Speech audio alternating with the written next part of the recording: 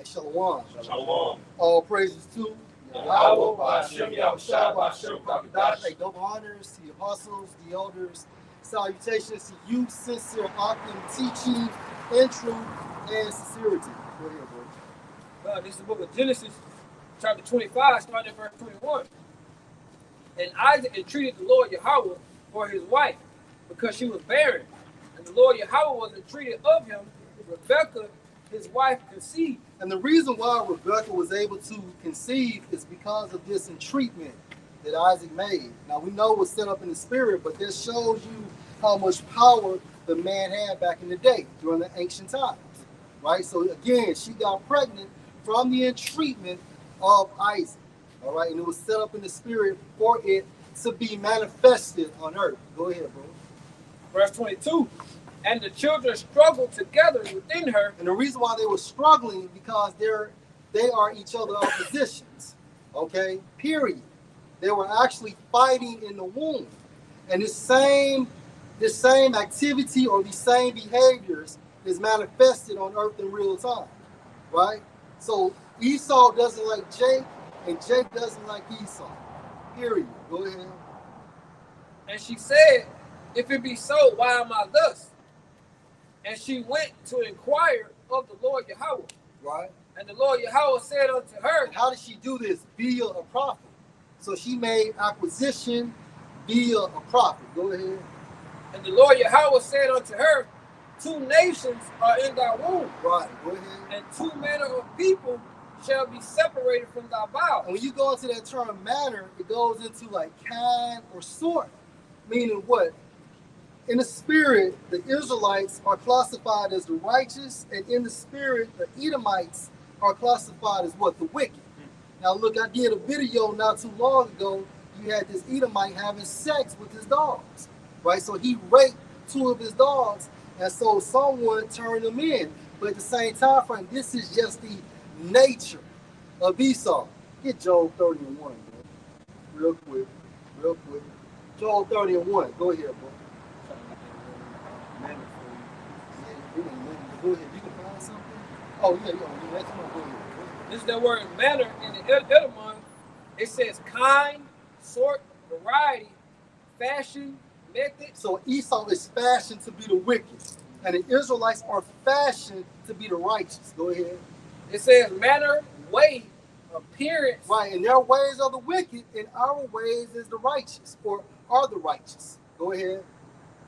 Jump down. Okay. It says a way of doing something, a personal habit of a way of doing, or a way of conducting oneself. Right, and a way goes into a mannerism, right? And a mannerism means a way. It's the same thing. Go ahead. Last bit. It says one specific nature, form, or way something happens. Right, so Esau's nature is to be the wicked, and our nature is to be the righteous. Get Job 30 and 1. It's Job chapter 30, verse 1. But now they that are younger than I. Right. Younger than I in the Hebrew also goes into insignificant, right? Meaning what? They're base. They're the lowest classification of men on the face of this world. Go ahead. Younger than I have me in derision. Derision goes into a mocking. So in their kingdom, they're able to mock us because why? Of their blessing, right? They sit up high and we sit down low. Go ahead.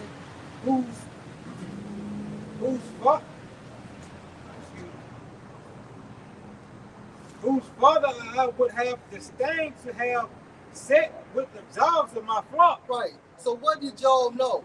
What type of intel did Job have? That he's saying that he does not want his dogs to be associated with Esau. Meaning what? No common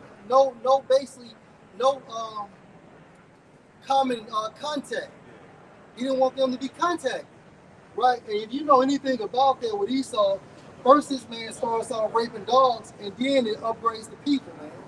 As a kid, when a kid starts burning things or shooting things, it starts off small, and then their behavior upgrades. So pretty soon, this Edomite is going to make that transition from animals to actually people, man.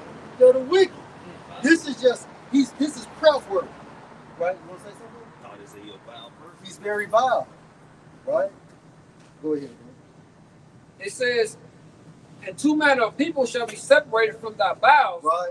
and the one people shall be stronger than the other. Right. So the Israelites are stronger than the Edomites. Go ahead.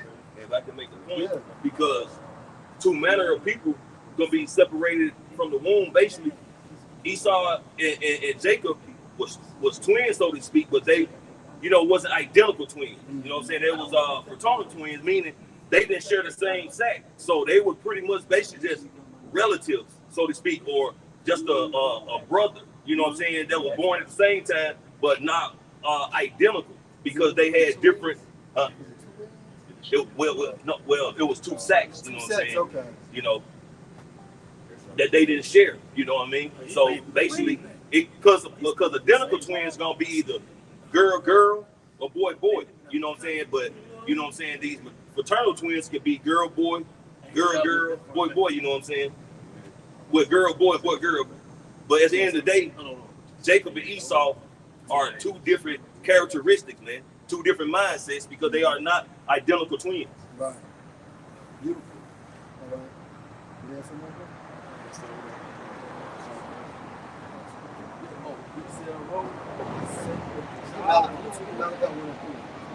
Yeah, it says this is the meaning of fraternal twins in the Google. It says either of a pair of twins who, as a result of developing from separate fertilized ovules, are genetically distinct and not necessarily the same sex or similar in appearance or other siblings. Just going this back and what you said, bro. Okay. All right. Like in Genesis chapter 25, verse 25, it says, the one people shall be stronger than the other people, Right. and the elder shall serve the younger. So the Edomites will serve the Israelites in the kingdom of heaven. This is their destiny. Go ahead. Verse 24, it says, and when her days were to be delivered were fulfilled, behold, there were twins in her womb. Right. And the first came out red all over like a hairy garment. Meaning what? He lacked melanin. He lacked pigmentation. Go ahead. And they called his name Esau. Go ahead. Ishashwa. Go ahead. Meaning what? Wasted away is he. Meaning why? Because he lacked melanin. He had no pigmentation. Go ahead, bro. Now he wasn't hairy either. Okay, but he was just compared to a red garment. Go ahead, bro. You want to bring it back?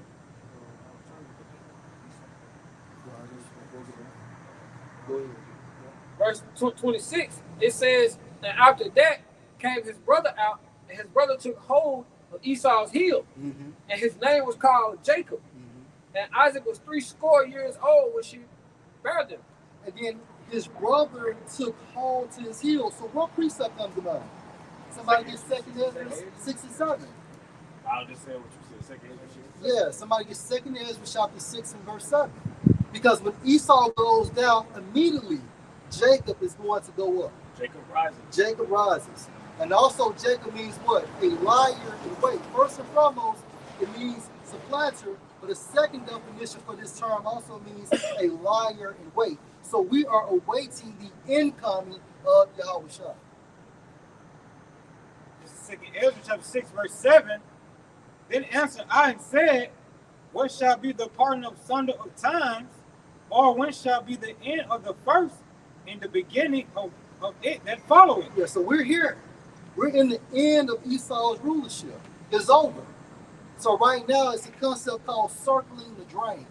So America is dizzy. America is about to fall, right? And America is Esau's strong hub, right? Go ahead, bro. And he said unto me, from Abraham unto Isaac, when Jacob and Esau were born of him, Right. Jacob held first the heel of Esau. Go ahead. For Esau is the end of the For world, Esau is the end of what rulership? Go ahead. and Jacob is the beginning of it that followeth. And this is what we are waiting. This is what we have content.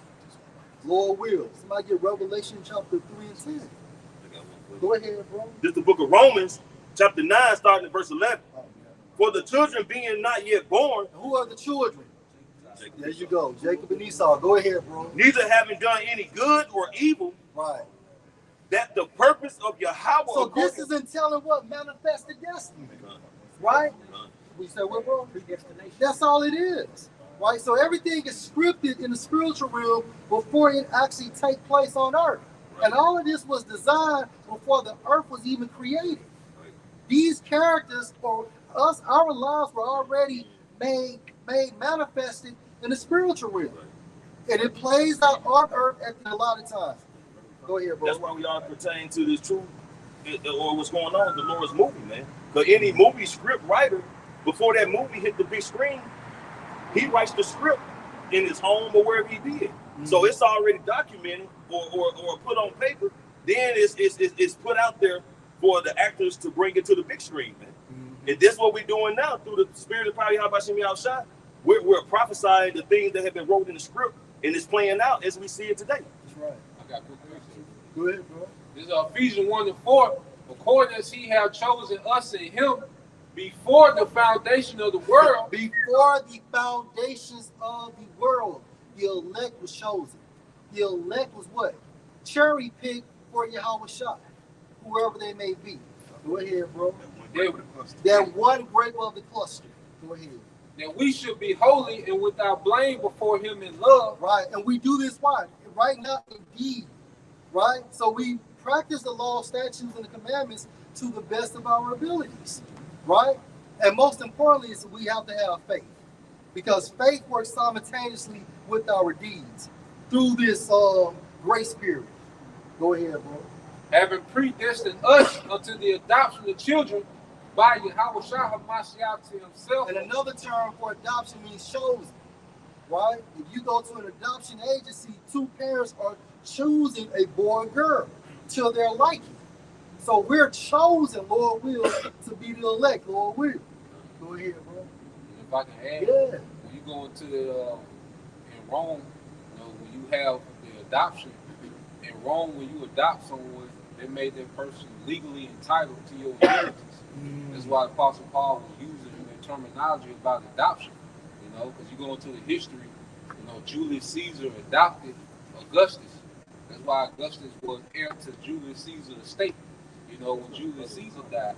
So the adoption concept, you know, was an analogy Apostle Paul was using on how the Heavenly Father did the Israelite foreigners. He adopted them back into those inheritances, man, by right.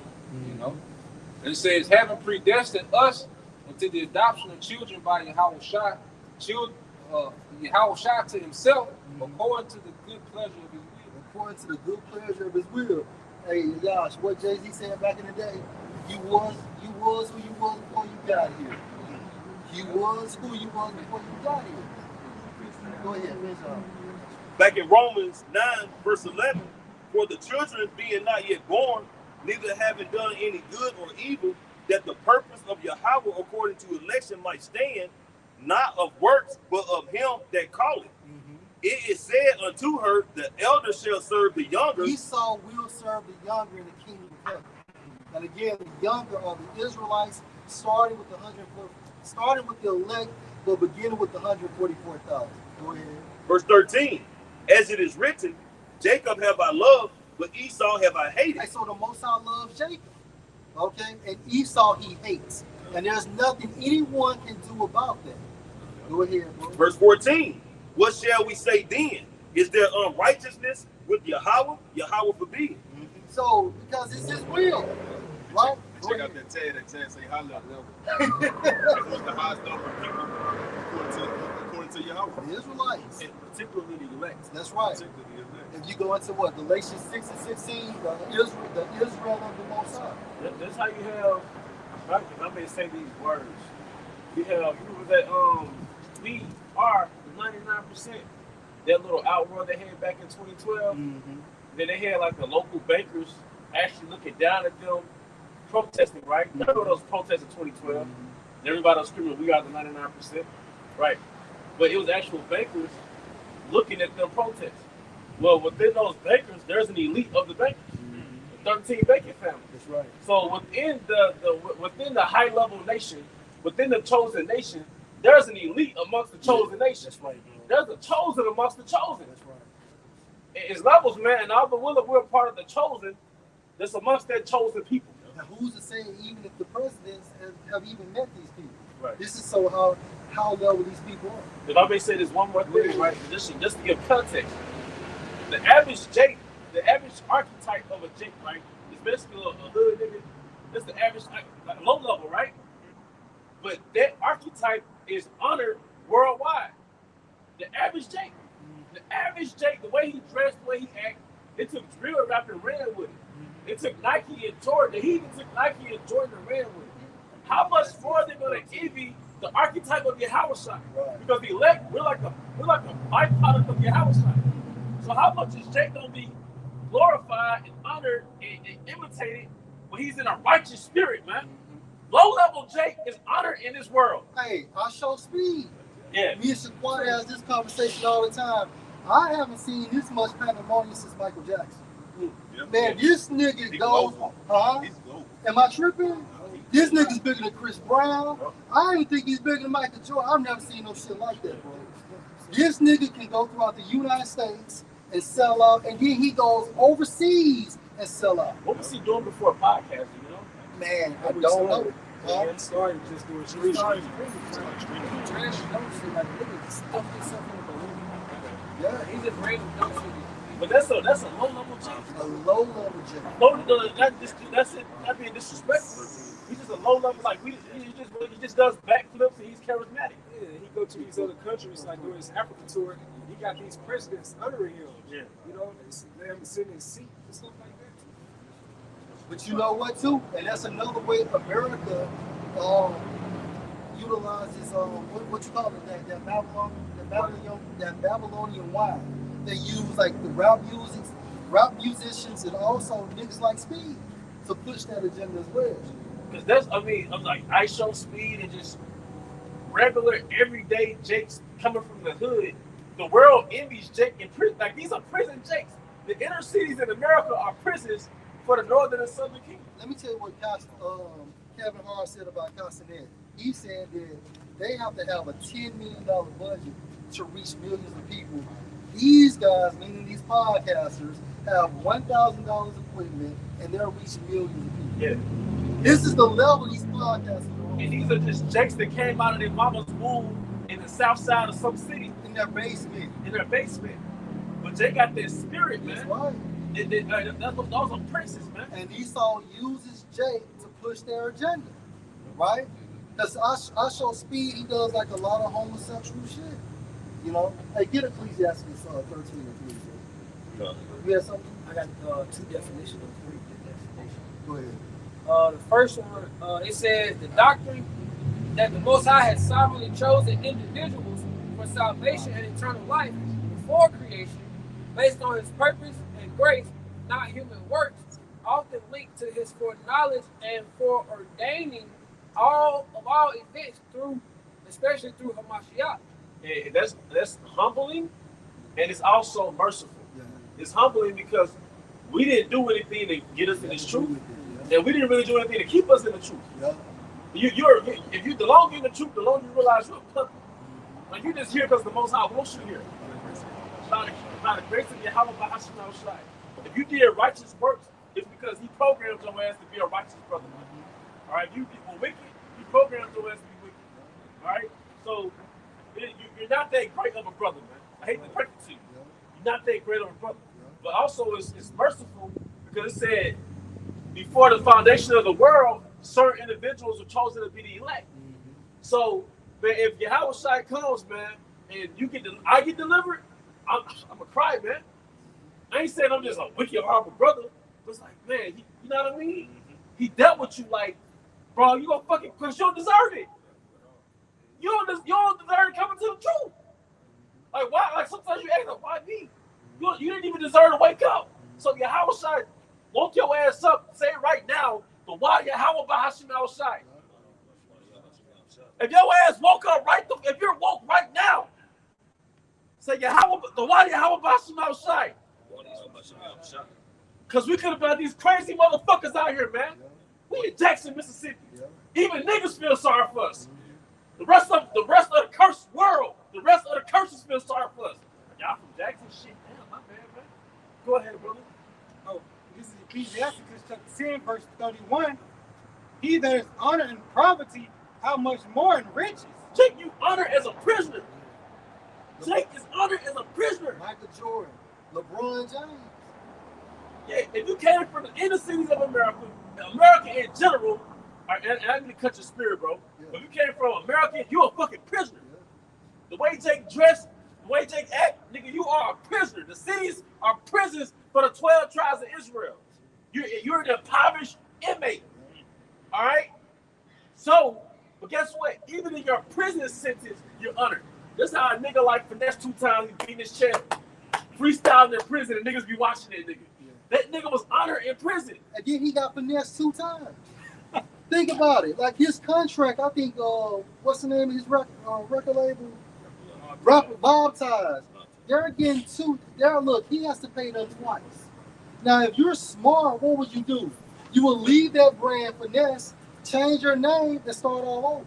You got the momentum. That's what Prince did. But if he probably did, they'll kill his ass. So leave the brand finesse and just start your brand as Ricky. That's all you gotta do. But just to make a quick point, he's a nigga. He's low level. He's low level. So we're hidden princes. We're hidden princes, man. So if they like the degenerate version of us, how much more will Yahweh Bahashim Al-Rashad say, these are my people? Yeah. When we will receive praise and fame in the land. Yeah. When Yahweh Bahashim, you see him coming to America the first one. Well, what's my man name? His father. Hakeem's father. King Toffee. All right. James Earl Jones, am I correct? Yeah. When James Earl Jones came to that bitch in America, but this ain't no servant, this is my son. So when Yahweh Shai comes to America, not come to America, when he raised us up, that's like James Earl Jones coming in as a king saying, nah, this not no fucking servant. Bow! This is my son! What's the Solomon 5? It's gonna be humbling, man. That's not no fucking nigga. That's not no fucking criminal. That's not no WLBT mugshot poster. That's my son. Bow.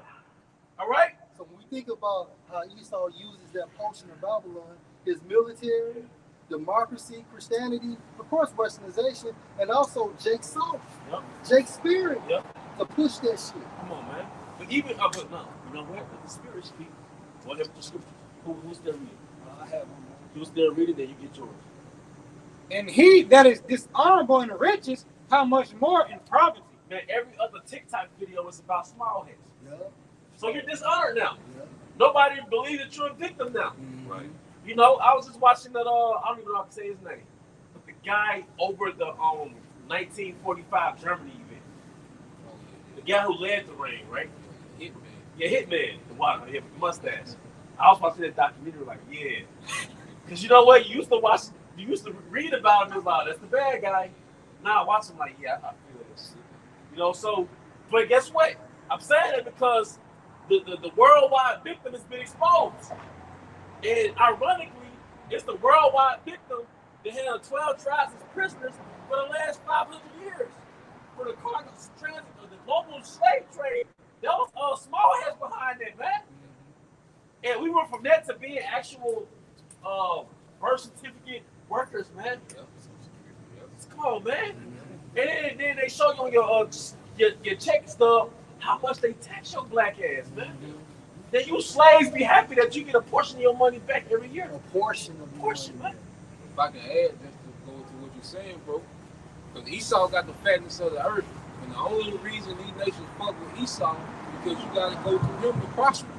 Deuteronomy 28 chapter. Yeah, because this nigga got what you call, we went into last week, what you call gunboat politics. Yeah. These nations fuck with Esau because it's a little gun to their head. Like, all these different nations of the earth fuck with Esau because in order to do business, you gotta go through this man's banking system and you gotta deal with this man's military who fuck up. So like you said, this nigga is not honored in his wealth. You know, like they ain't fucking with him like in the kingdom, going back to King Solomon era. It's forced. Yeah, they travel willingly. Yeah. That's why I say Queen Sheba shall condemn, you know, this generation because she willingly travel all the way across what is modern day Saudi Arabia just to see King Solomon. And you know what? She was a wise woman Yeah. because she knew what was valuable. Yep. She knew wisdom Yep. was valuable. Yep. Not wealth. There you go. Yeah. And She knew what to look for. But with Esau, he got to pull up on them. Yeah. Because they really ain't fucking with that nigga. Right. Like the world really don't fuck with that nigga. They just got to. You like if you can be rich in oil like we're going to the resources, but in order to be able to prosper, you gotta fuck with the dollar. So you gotta fuck with this nigga, man. It was like they say in the world, money doesn't unlame you. Yeah, right. Yeah, right, money doesn't unlame you, man. Right. You know? But like I say, like you made the point earlier, but a random Jake can just start singing on TikTok. You be homeless Jake. Yep. Get 10 million views. That's right, bro. No, that's real talk. Go ahead, bro. This is the last definition. It says the divine, well, the last definition of predestination. It says the divine foreordaining of what will, of all that will happen, especially regarding to the salvation of some and not others. You know? And I believe we get that first class salvation, meaning we don't have to die, man. That's right. But please go ahead, bro. That's right. But no, we don't have to die, man. But hey, you hold us something? Bro, I got Job 19 and 23. It says, "Oh, that my words were now written.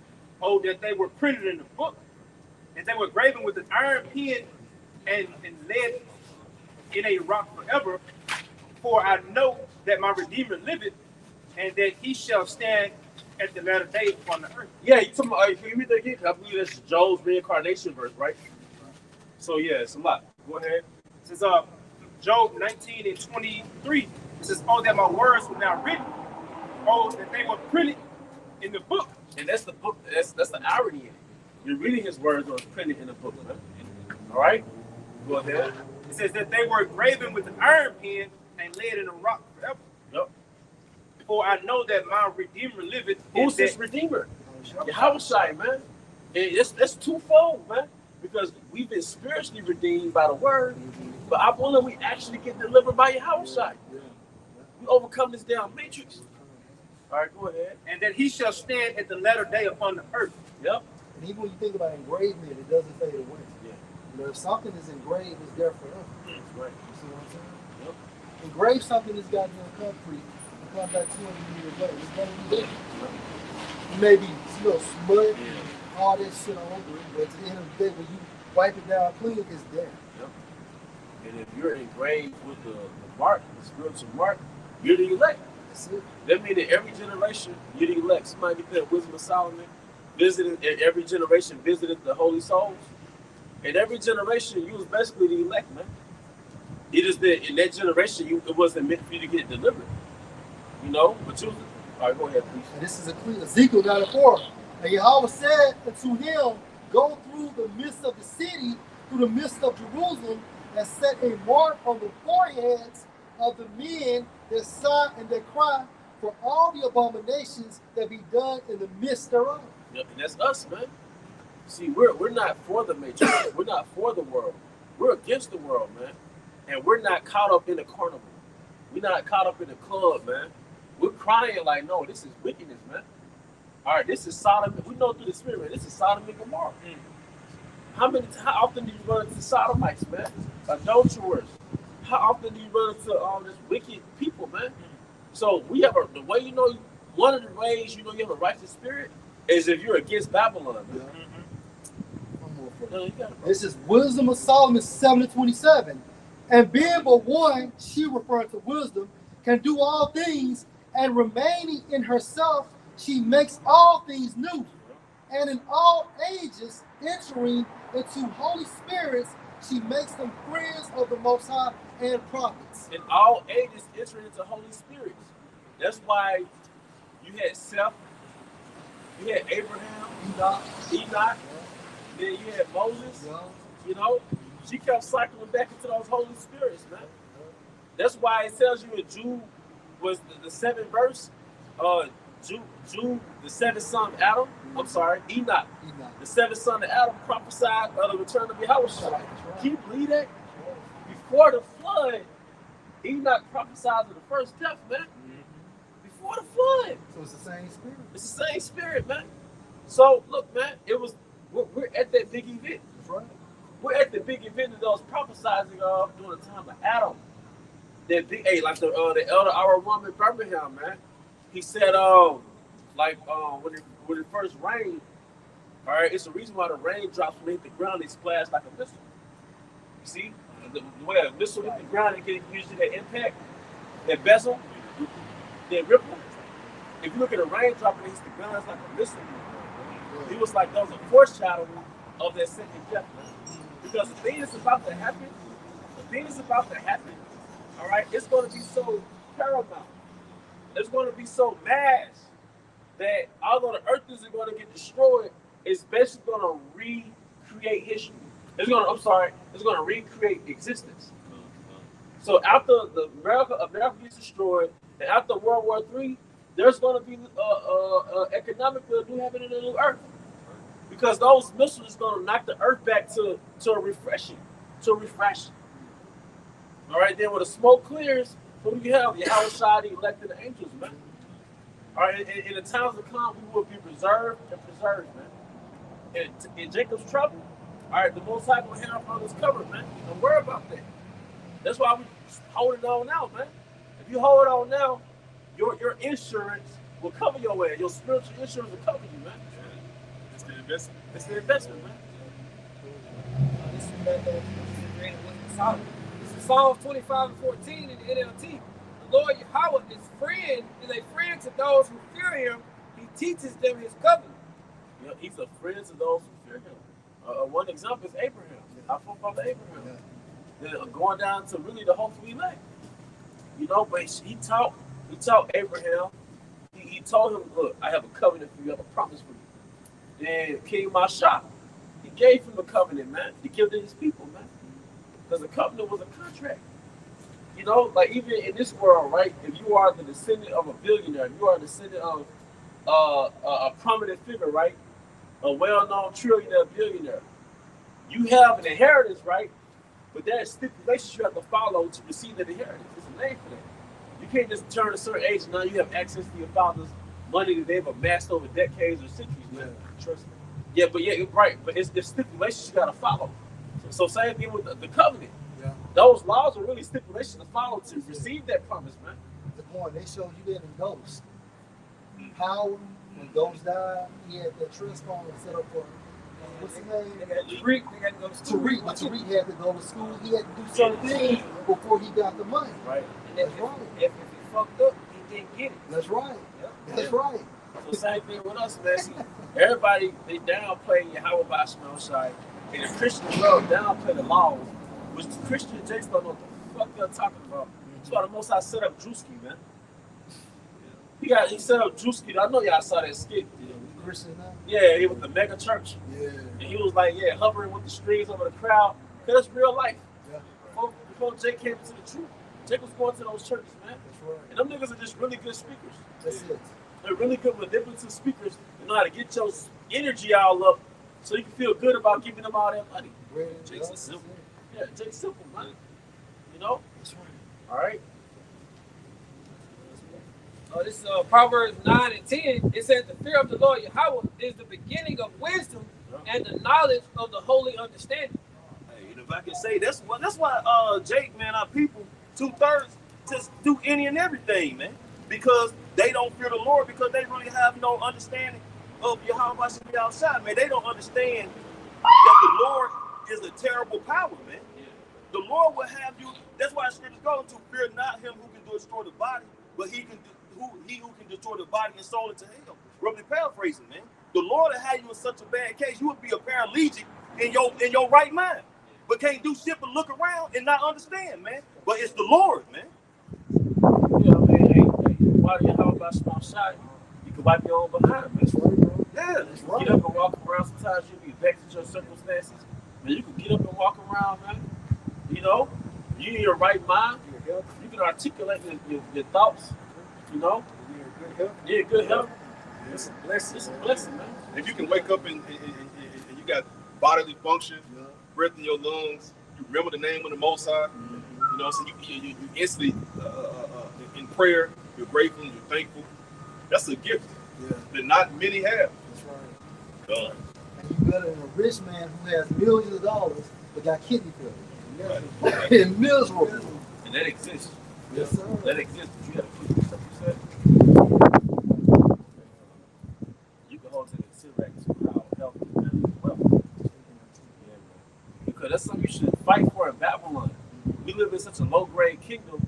You got to fight for energy. You got to fight for a little testosterone. Fight for a little vitality. You got to fight to feel somewhat good, man. You got to fight to feel good. This kingdom is so low level that nothing invigorates you that comes from Esau. Everything that Esau gives you, it spikes your dopamine and your insulin. Then you're tired after that shit. So you got to go against the grain of his kingdom and have some type of feel good about yourself. What the scripture say, the children of Israel eat their bread defiled? Yeah. You know, This is Sirach 18, verse 19 in the GMT. Know what you are talking about before you speak, and give attention to your health before you get sick. Examine your conscience before the Lord Yahweh Ba'ashem El Shai judges you. Then when that time comes, he will forgive you. Humble yourself. Hey, can you read that? Can I make a point? Go ahead. Sirach 18, verse 19 in GMT. Know what you are talking about before you speak, and give attention to your health before you get sick. So you get symptoms. You know, maybe your ears start throbbing, maybe you start coughing before you get sick. So give attention to your health. So the Most High gives you indication that you're about to get sick. So it's your responsibility to get the herbs and heal yourself. and you know what? I've learned too. When you make little decisions, to go exercise one day. Sometimes you leave work, you don't feel like doing this shit. I speak for myself. If you push yourself to hit the gym, you push yourself to hit the park, that was your daily boost that kept you from being sick there. And guess what? Satan doesn't want you to do anything that's beneficial. He doesn't want you to do anything that's beneficial. Now, if he got partying and drinking all day long, he'll make a way for you to do that shit. But when it's time to get up and go to the gym, you're too sleepy. Yep. Or you don't work enough when you're too tired. So this nigga's crazy, man. Speaking of the man, if I may, the whole retirement concept. Like, my grandfather, he was having like strokes and stuff, right? But he had stopped working. Like, when he'd worked, I think my granddad like 87 or something like that. He stopped working. But when he started back getting up and moving around and went back to work, he had no problem. See that? That whole retirement thing, once you get to a certain age, you sit at home, stuff like that, your body ain't meant to just sit around and just not do nothing. And just, you just eat all day and watch TV and don't do anything. That's trauma, bro. You mean to tell me if I stop working after 25 years, I'm gonna die? But you know what happens? You know That's trauma. Yeah, you know why though? I speak as a man.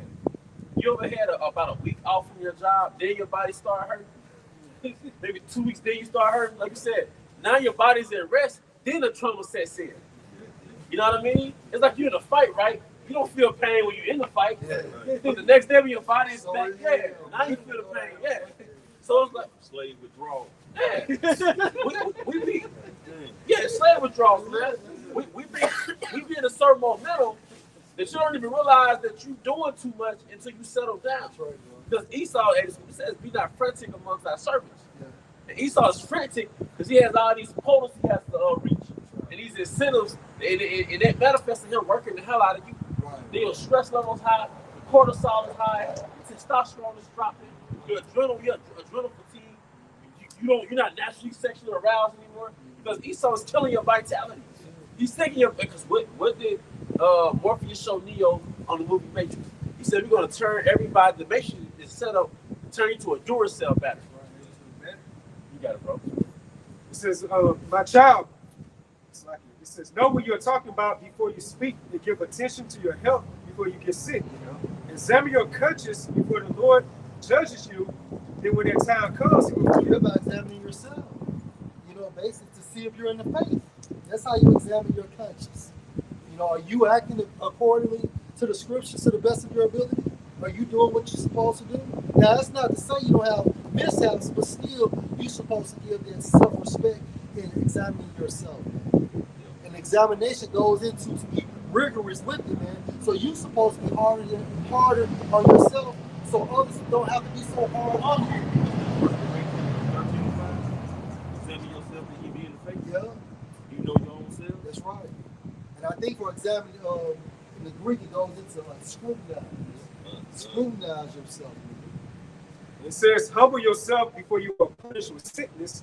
When you have sin, So when people get sick, hey, that's just a tool of the Most High to utilize judgment. Whether it's cancer, flu, okay, dementia, and so on and so forth. It's judgment, AIDS, you know. Like that nigga Boosie years ago, when he bought the Most High by now, you know, he put things and such. And years later, what the Lord do? He struck him with kidney disease, with kidney cancer. And I think he has type 1 diabetes as well. But he was crying like not too long ago on live on social media about him like changing his health, his diet, things of that sort. You know, but you just talking all that shit, that cash money shit years ago, Right, bro. And through the spirit, we said that shit was gonna come back. Nobody gets away, man. Nobody. As you was making points about how the prophet is prophesying Yahweh. This is on 2nd Ezra, chapter 7, and verse 28. For my son Yahweh Shai, and this is in the Apocrypha. Again, 2nd Ezra 7 and 28. For my son Yahweh Shai shall be revealed with those that be with him, and they that remain shall rejoice within 400 years. So Ezra was about 400 to 500 years before the birth of Yahweh Shai. Verse 29. After these years shall my son Mashiach die, and all men that have life. So over a process of time, we was going to have this truth, and then ultimately all of us was going to die off and come back around 1969 and re-inherit this truth, man. But the point is that Ezra was able to prophesy the incoming or the arrival of Yahushua via the Holy Spirit. And that's just one prophet. Just one And prophet. because Yahushua was also mentioned in the law. Hey, so one. What about Psalm 40 and 7? Lo, I come in the volume of the book. Even Yahushua prophesied of his death from King David. Yeah, Dogs have encompassed me, that's right. you know. That's right. But also within the law, it tells you there's going to be one that comes from amongst the people. That's right. All right, and what did it say in Genesis 49? Until Shiloh comes, That's right. our teeth white with milk. The gathering of the people. The gathering of That's the people, right. man. That's right. So look, man, we've had great moments in history, and talking about Yahushua, that Yahushua came. That's right. He came, and now he went back to the spirit world. Now he's about to come again, and we're at that point of history. And his disciples that follow him, they're out here on the highways and the byways right now. That's right, bro. Certain men who actually walk amongst them, they're here now, man. All right, but also the naysayers. We're in the book of Acts. All right. Go ahead. I want to read this on you. He said, this. How do I say it? But we're in now, it's just like the Matrix, and the design, the Matrix, the whole thing was to turn the human into a battery. So out of curiosity, I Googled. It says, what is the concept in the Matrix? Of the Matrix is designed to turn you into a battery in reality, like in today. I'm gonna read down on it a little bit. It says humanity has been enslaved by intelligence to serve as a biological power source. As I read, it says psychological and it says the illusion of choice. The Matrix is a prison for the mind designed to choice. So your choices are nothing but an illusion. Meaning what? They are prescriptive before you. You know, they're already pre-selected. Like your presidents. Yeah. They just give you the choice of basically selecting who they already done picked for you. So you want to rebel against the government? Because they know historically, all right, if we oppress the people, they're going to want to rebel. That's right. So let's give them the illusion of choice so they can feel like they have a say-so in the matter, right? Now you still got coons that think that voting matters. That's your program. That's your program already. Yeah. You know? That's crazy. You still got Jake to think voting matters. That's about Jake that I thought was on point. In other matters. Keep doing what y'all doing, man. All right, brother. All right, brother. All right, peace and blessings, bro. Peace, Ken. And a good example of the illusion of choice, like for example, like y'all said, it's already pre-selected. So I say, bro, you got two options. I write them down on here. Yeah. But I give you blank pages. So you can pick one or the other. The illusion of choice. That's it. Shit, I'm going with this one. He definitely got more options on it, but it's small. You know what I'm saying? That's it. That's it. And that's how Esau is the master manipulator. You know, we can go to Disney World or we can go to hell. I'm gonna give you two options. But you don't have the option to stay. But you don't have the option to stay. It says pick a card in your car. It says the Matrix is a prison for the mind, designed Whoa. Hey, Revelation. In her was found the Yeah. souls of men. Yeah, that's right. Let's go, man. You know? designed to keep humanity compliant and passive while their bodies are used, represent a metaphor for enslavement. Because look, what do you have in every home? A TV, a smartphone. Then that smartphone, you have social media. You have just a whole plethora of different streaming networks, man. All right, your mind is really in prison, whether you realize it or not. All right, because when I first looked up the word entertainment in the etymology online years ago, it said to keep the mind contained. Entertainment really goes back to contain, to keep the mind contained. So if your mind is contained, it's really in prison. It's confined. It's within confinement. And that's why on social media, that swipe up is endless. They call it doom scroll. Yeah. Because your mind gets Yeah. it gets contained. You know? Especially that dog on TikTok. And then you go hours. It'll be hours before you come up out of that, man. You know? It says simulation. It says simulation theory. It touches on a psychological question of whether our reality is a constructed simulation, which is a topic in future studies of simulation theory. It is a constructed simulation in the sense that Esau created this false reality, man. You know? Esau created this false reality. You get up, you go to work, you know, you might go to so-called church, go to these bars, but it's all set up to make you forget the fact that you're a slave on these international bankers monopoly board, man. That's it. You're just here to give off your energy for 10 hours a day, 12 hours a day. Work 2 jobs, 3 jobs. You know? Pay child support, pay this, pay that. You know, you're a slave, man. But it goes back to the curses. Baruch 3, you'll be subject to what? Payments, man. Who are you paying? The elites. It says the splendor of the mind. Morpheus describes the feeling that something is wrong with the world, which reflects the nagging, often subconscious awareness of the flaws in our social, economic, and technical structures. It says the world we perceive is not the true reality, but a simulated construct designed to mask the truth. It's true because, well, it's what we speak about. How Shai's going to pierce that veil. He's going to get rid of that covering cast and covers the rest of the world, man. Because the whole world is under a spell. Any part of the world is really under westernization. You're under a spell, man. You know?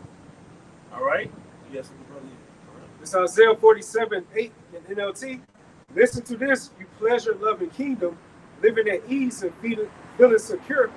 You say, I am the only one, there is no other. You start from the top of it. Isaiah 47 verse 8, NLT. Listen to this, you pleasure-loving kingdom. And you know what? Who's that pleasure-loving kingdom? All right? Because you wake up and you eat a whole breakfast, a whole standard American diet breakfast. You might wake up to a blunt. You might wake up to just sweets and juice and all that type of stuff, right? Drill music. All right? You wake up going through social media. Well, that's mental pleasure, mental stimulation. Okay? That's a pleasure-loving kingdom. You could go out to eat 3 times a day. You know what I mean? Go out to IHOP in the morning time or Denny's. Then in the afternoon, you can go to freaking go to Corral or some shit. Then at nighttime, you go to some night joint. There's some club, you eat food in the club, man. That's a pleasure-loving kingdom, man. Right? It reminds me of Pompeii. When you go to Pompeii, that little city that was built right by the volcano. That's what the name of it is. All right, you go into the city that was built right by the volcano. Basically, they had stores, but I believe on top of the stores was like hotels, you know. But they like basically fast food. That's what they got. Like Pompeii, man. Fast food and like little shopping plazas. Those at Pompeii, man. Like little mini Rome, man. Okay. In ancient Rome, found out they had like a little gossip forum. Yeah. You know how you got this day inside social media gossip. Yep.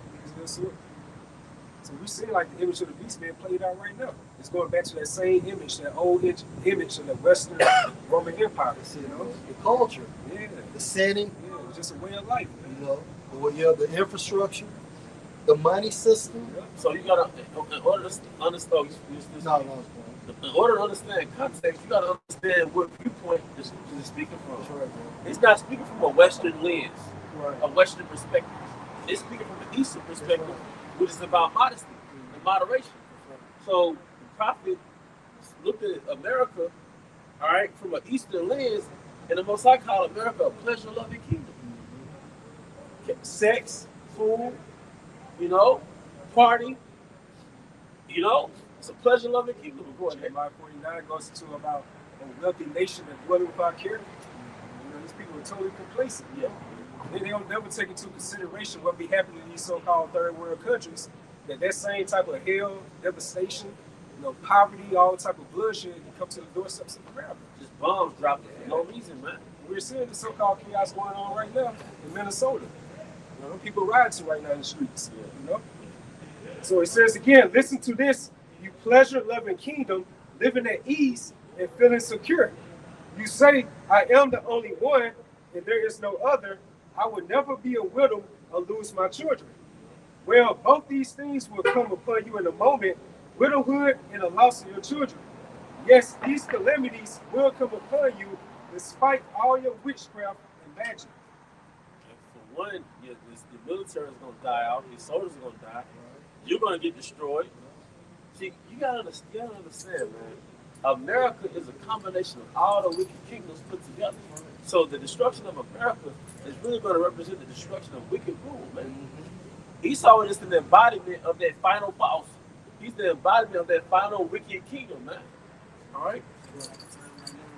Yeah, man. It's going to be bad out here. But it's America's judgment, man. You know? This is 2 Corinthians chapter 3, starting at verse 14, going to the veil. You stuck to my support. It says, but the people, this is in the NLT, but the people's minds were hardened. And to this day, whenever the old covenant is being read, the same veil covers their minds. So they cannot understand the truth. And this veil can be removed only by believing in Hamashiach. Verse 15, yes, even today, when they read Moses' writings, their hearts are covered with the veil, with that veil, and they do not understand. But whenever someone turns to the Lord, Yahweh Shema Shai, the veil is taken away. Yeah, you can also get Isaiah, where it says, I will do away with that covering cast.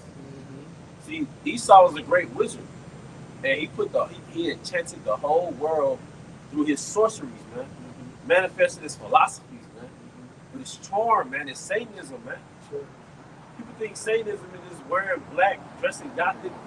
So Satanism is a philosophy that allows you to just live after the flesh. That's right. Do as thou wilt, man. All right. To back it all, 2 Corinthians 4:3.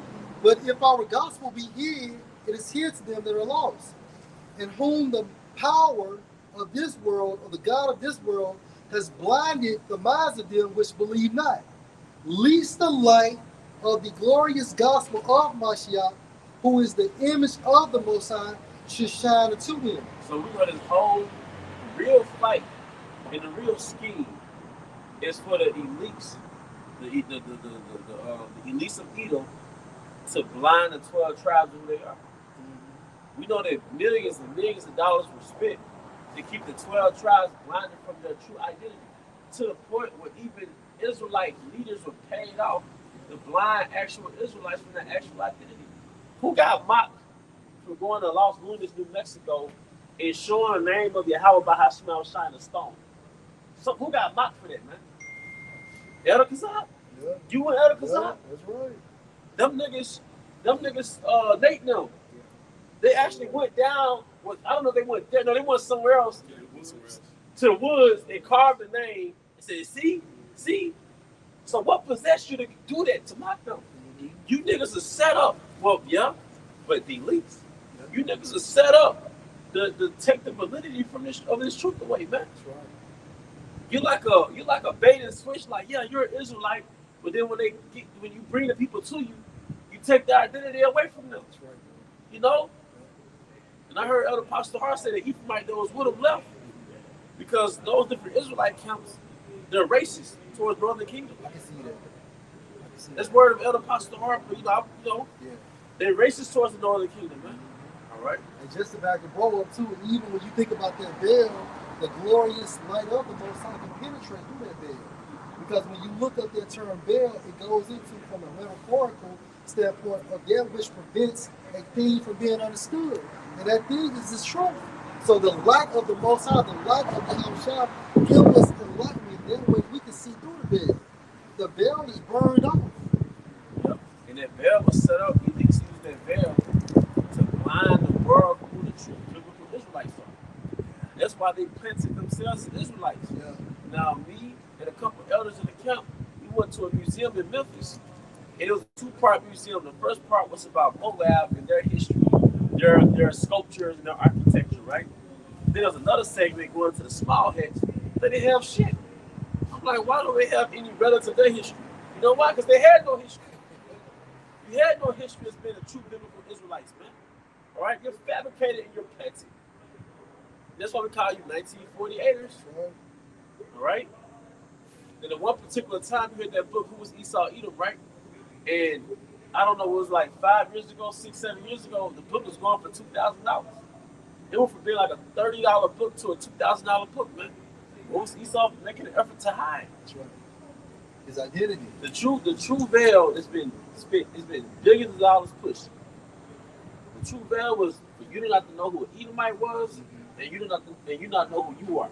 That's how we know through the Spirit. That's the God of this world. Because what other nation did they or partaking to going that hard in funding a movement right here? That's right. You know what I'm saying? That's right. They look at you see Esau, he's losing the narrative within these latter times. What he's doing, he's going to these sellout Israelite camps to get them further to sell out, man. That's it. You know, you don't see Elam doing that or Moab, Right. Ishmael. You don't see Esau Edom. That shows you right there again through the Spirit. There's the God of this world. And the internet is fucking y'all up, man. Because knowledge has increased. You got the prophets and then the whistleblowers and so on and so forth. So you have to make a move. Because even bread and circuses is no longer working. Everybody knows it's rigged. People watch it for pastime, but at the end of the day, they're not consumed in it because they know something else is coming. They're waking up. People are waking up. And it's 2 Peter 1:19, NLT. It says, because of the experience, we have seen greater confidence in the message proclaimed by the prophets. You must pay close attention to what they wrote, for their words were like a lamp shining in a dark place. See, and one time it was our minds and the world, right? But through the enlightenment of Yahushua, our minds have been enlightened, right? So we see. So we're no longer prisoners, going into the matrix. We understand what the matrix truly is. But most importantly, this word, it has been broadcasted throughout the four corners of the world, and that's the enlightenment of the world. Because you got the prophets. So the world has been enlightened as well as our minds. And the key word in enlightenment is light. And they start. How shot. It's called out of darkness to its marvelous light. Yeah. So you see, pursuant to Jeremiah 4th chapter, he said, break up that fallow ground. What's that fallow ground? Your mind, that clouded mind. Yeah. After westernization, pretty much after this whole image of the beast system, And it says, you must pay close attention to what they wrote, for their words are like a lamp shining in a dark place until the day dawns. And the world is a dark place, right? Before the prophets, the world was a dark place. And for some, the world is still dark. But you still have the prophets out here shining the light of Yahushua, so there's no excuses. Right? If you go past the camps, if you don't understand this is the light, you still going to be judged. Because you have made contact either by the internet or passing by. So that makes you what? A witness. And now you're marked with death. No, so we're like likened unto that light on the city of the hill, paraphrase in the book of Matthew. Yeah, and you're no longer like a child. See, once you hear this word, prior to hearing the word, you were ignorant and you were like a child. You were blameless. You didn't know better. A child doesn't know better. Yeah. But when you hear this word, and you're taught that you're a true biblical Israelite, and you're supposed to keep the laws, confess the name of Yahweh, Bahashim Hawashai. If you abhor that, if you despise that, now you're an adult. Now you're about to get tried like an adult, man. You become a sexual after the fact. You know? Yeah. They get it worse. And we see a lot of you niggas, man, over the years, especially when we first started, right? Jim would come up to the camp, he'll be intrigued, and guess who pull him away? This woman, man. Women don't like this truth because it puts them in their place. See, a woman is so tempted by Satan because Satan told her, you can rule with me. You see? And you can roll with me. You can roll with me because it is true. Eve is not a queen. You know, she's not a goddess, none of that. But outside this truth, you can subscribe to Satanism and you'll be perceived as a queen in hell, the queen of the damned. But you'll still be a queen. All right, go ahead. You got those two concepts going against each other, like Easternized, Yeah. you got Westernized. You know what I'm saying? The Eastern world tells you to cover your butt up. The Western world says you put them titties out. You know? The Eastern Twerk something, yeah, twerks up. Let me see it. Hyper ass up. The Eastern world teaches you moderation. The Western world teaches you indulgence. Let's go, bro. Hey, this is Ecclesiasticus 26:6. But a grief of heart and sorrow is a woman that is jealous over another woman. Yeah, and it's true. Yes. It's like this woman, this wisdom is like it to another woman. You see, the more time you be around brothers, so you do study time to yourself, you try to do videos, that woman on the side, she get jealous about it. Because you're not putting more time into her, but instead of the word, Yeah, I done it's lost just another woman. I done lost mad carnal bitches over this thing, man. And it's okay. That's how you know everything is spiritual, man. It's okay. You'll be laying with your real, right? Yeah, And you might want to read some scriptures in your phone yeah. before you go to sleep. Guess who want to cuddle all of a sudden? Yeah. You know what I mean? Try to put something in your mouth, man. Yeah. I didn't even say that. Try to breastfeed you. Try to breastfeed me, Hey, man. glass. Hey, or you know what I'm saying? Hey, or days, the time of fellowship, she gets upset. Camp day, she gets upset. Or the bros going on a trip and having church business, she gets upset. We battle not against flesh and blood. Hey, are you gay? Yeah. You gay, right? Yep. But you know, she's Joel's wife for you, man. Yeah. Joel's wife was the brothers always going to it. The reason why she didn't die, she was set up to be that integrity tester, that antagonist, man. That's right, bro. You mean a whole family got murked out, Yeah. and this motherfucker walking around cursed the Most High God. Yeah. That's Eve for your ass. That's right, man. So Ecclesiasticus 26 and 20, verse 6. But a grief of heart and sorrow is a woman that is jealous over another woman, and it scores of the tongue which communicates with all. But the point is how the carnal woman will become extremely jealous of the spiritual woman if you're doing what's pleasing to the Most High. And if Hey, can I say something else? Well, let's just say if you're doing more for your carnal woman, the Most High gonna get jealous. You see what I'm saying? It works two ways. That's all. And that's if you the elect. If you the elect, you know, he gonna do you dirty Yeah. and keep your ass alive. He gonna take that toy from you. I gave you this little toy to play with, man. All right, we'll balance you out. You done got so caught up in the toy that you ain't coming to camp. But if you the elect, he gonna snatch that toy from your ass, man. You know? But if you're not the elect, you know, he gonna snatch your ass and, you know, instead of snatching the toy, he gonna snatch you. What's that old saying? What you don't want to sacrifice, he's going to become the sacrifice, you know? And so I'm going to let you get yours.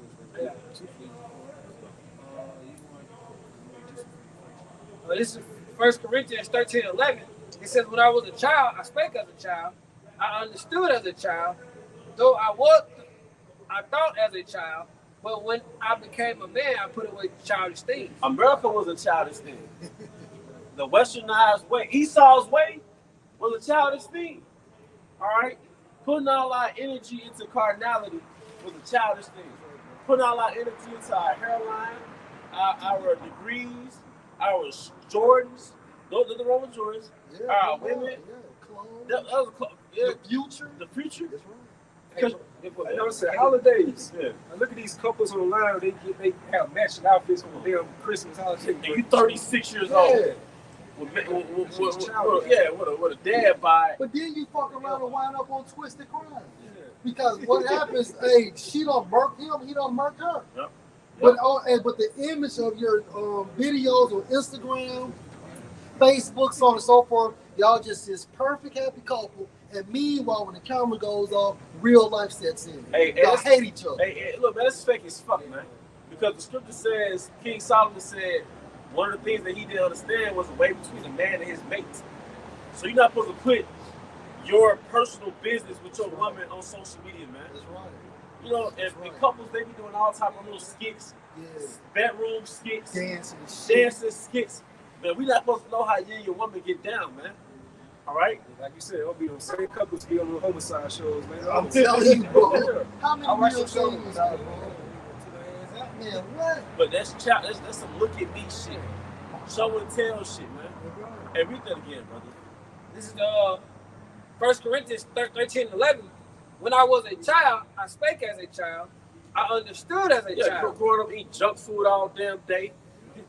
I mean, I'm talking about myself, man. You gonna eat junk food all day, Skittles, Starburst, because you went for the pleasure. Them Skittles are good. Yeah, tropical flavors and shit. Wild berry too. Man. Purple pack, man. But you know, hey, you see that shit? But you know, Esau, when we reminiscing on his fucking drugs. Yeah. We reminiscing, because you know, one second, brother. Because look, what is the candy flavor imitating? I was just thinking about it. I was saying the fruit. Yeah. Damn, that's right. The fruit. Yeah. That's what I was just, you said that a long time ago. Yeah. No, you're right. To the spirit. You're right, man. That's right. Fuck that shit, man. All right? When I was a child, I thought as a child. A child just want pleasure and don't think about the outcome. Sure, Now we understand, man, this should have given me diabetes. that's right. You know what I mean? This should have given, this one got my insulin fucked up. This one got my fucking feet tingling and shit. This got me waking up, my heart beating crazy and shit. This one got me having all type of fat all over my body, man. Not full of silvers and shit. And you black mothers, man, y'all polluted our race with that shit. Baby ain't got no teeth in the mouth and you feeding it poison, man. That's right. But you trust the oppression. But the point is, man, that's another thing, man. It's those the fruit was the candy. That's right. God damn it. That's right. And before the flood, the fruit was the main meal. That's right. Now the earth is too fucked up to sustain itself off fruit now. Yeah, that's right. But Esau's demonic ass shit replaces nature. That's right. You see? Yeah. And once you detox from that damn sugar, nothing tastes better than fruit in season. That's right. You know, nothing tastes better than look up the benefits of berries. Babakasha, other bug. Can you look up the benefits of berries, man? Antioxidants and all that. And berries contain something called an anthocyanin. Anthocyanin is all that. Anthocyanin is responsible for those shiny colors that a lot of fruit has, like an eggplant or the blackberry, the red, they're shiny. That's why they shine like, okay. Yeah. Okay. But look up the benefits of an anthocyanin, man. See, when we become an adult, it started with the apostles and great millstones. And there's a point. That's why Esau be putting wax on apples. His fake Yeah. apples, he puts wax on them. Get that shine and shit. Yeah. Dang. Yeah, man. Dang. And I heard this stuff be sprinkled on and lower testosterone, man. Bitch. But you know what? You want everybody to be pussy, man. Mm-hmm. That's why we have half the testosterone they had like 50 years ago. All of our daddies are stronger than us when they was their age. Am I right or wrong? Right.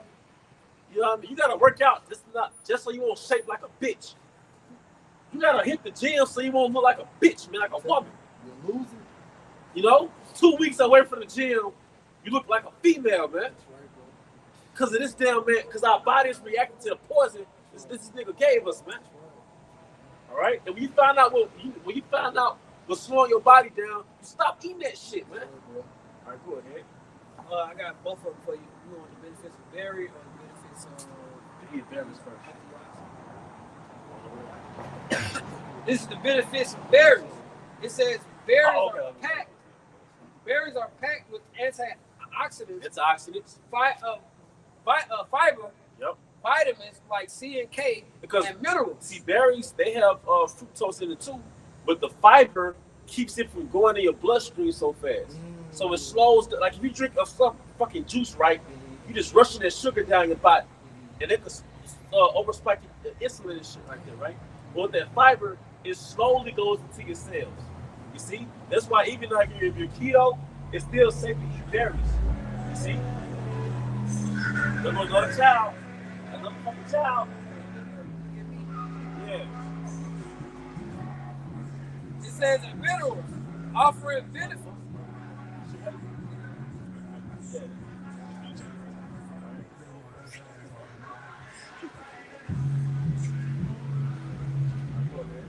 It says the minerals offering benefits for heart health, lowering blood sugar and cholesterol, blood pressure and cholesterol, brain function, Brain memory. function. You ever ate berries before you went to sleep?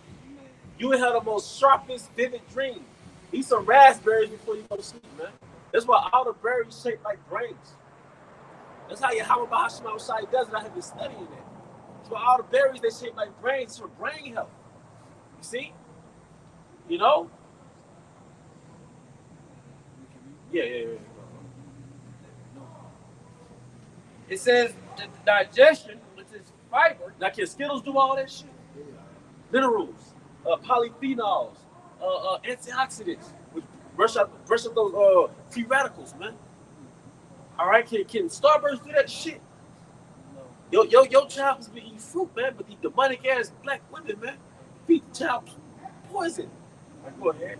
It says an immune support while helping manage blood sugar, reduce inflammation. Now, can Kool-Aid do that? And we were so fucking low level that you didn't even eat the Kool-Aid as drink. We just mixed that bitch with sugar and put it in a Ziploc bag, man. Come on, man. Y'all remember that shit? Oh, y'all didn't do that?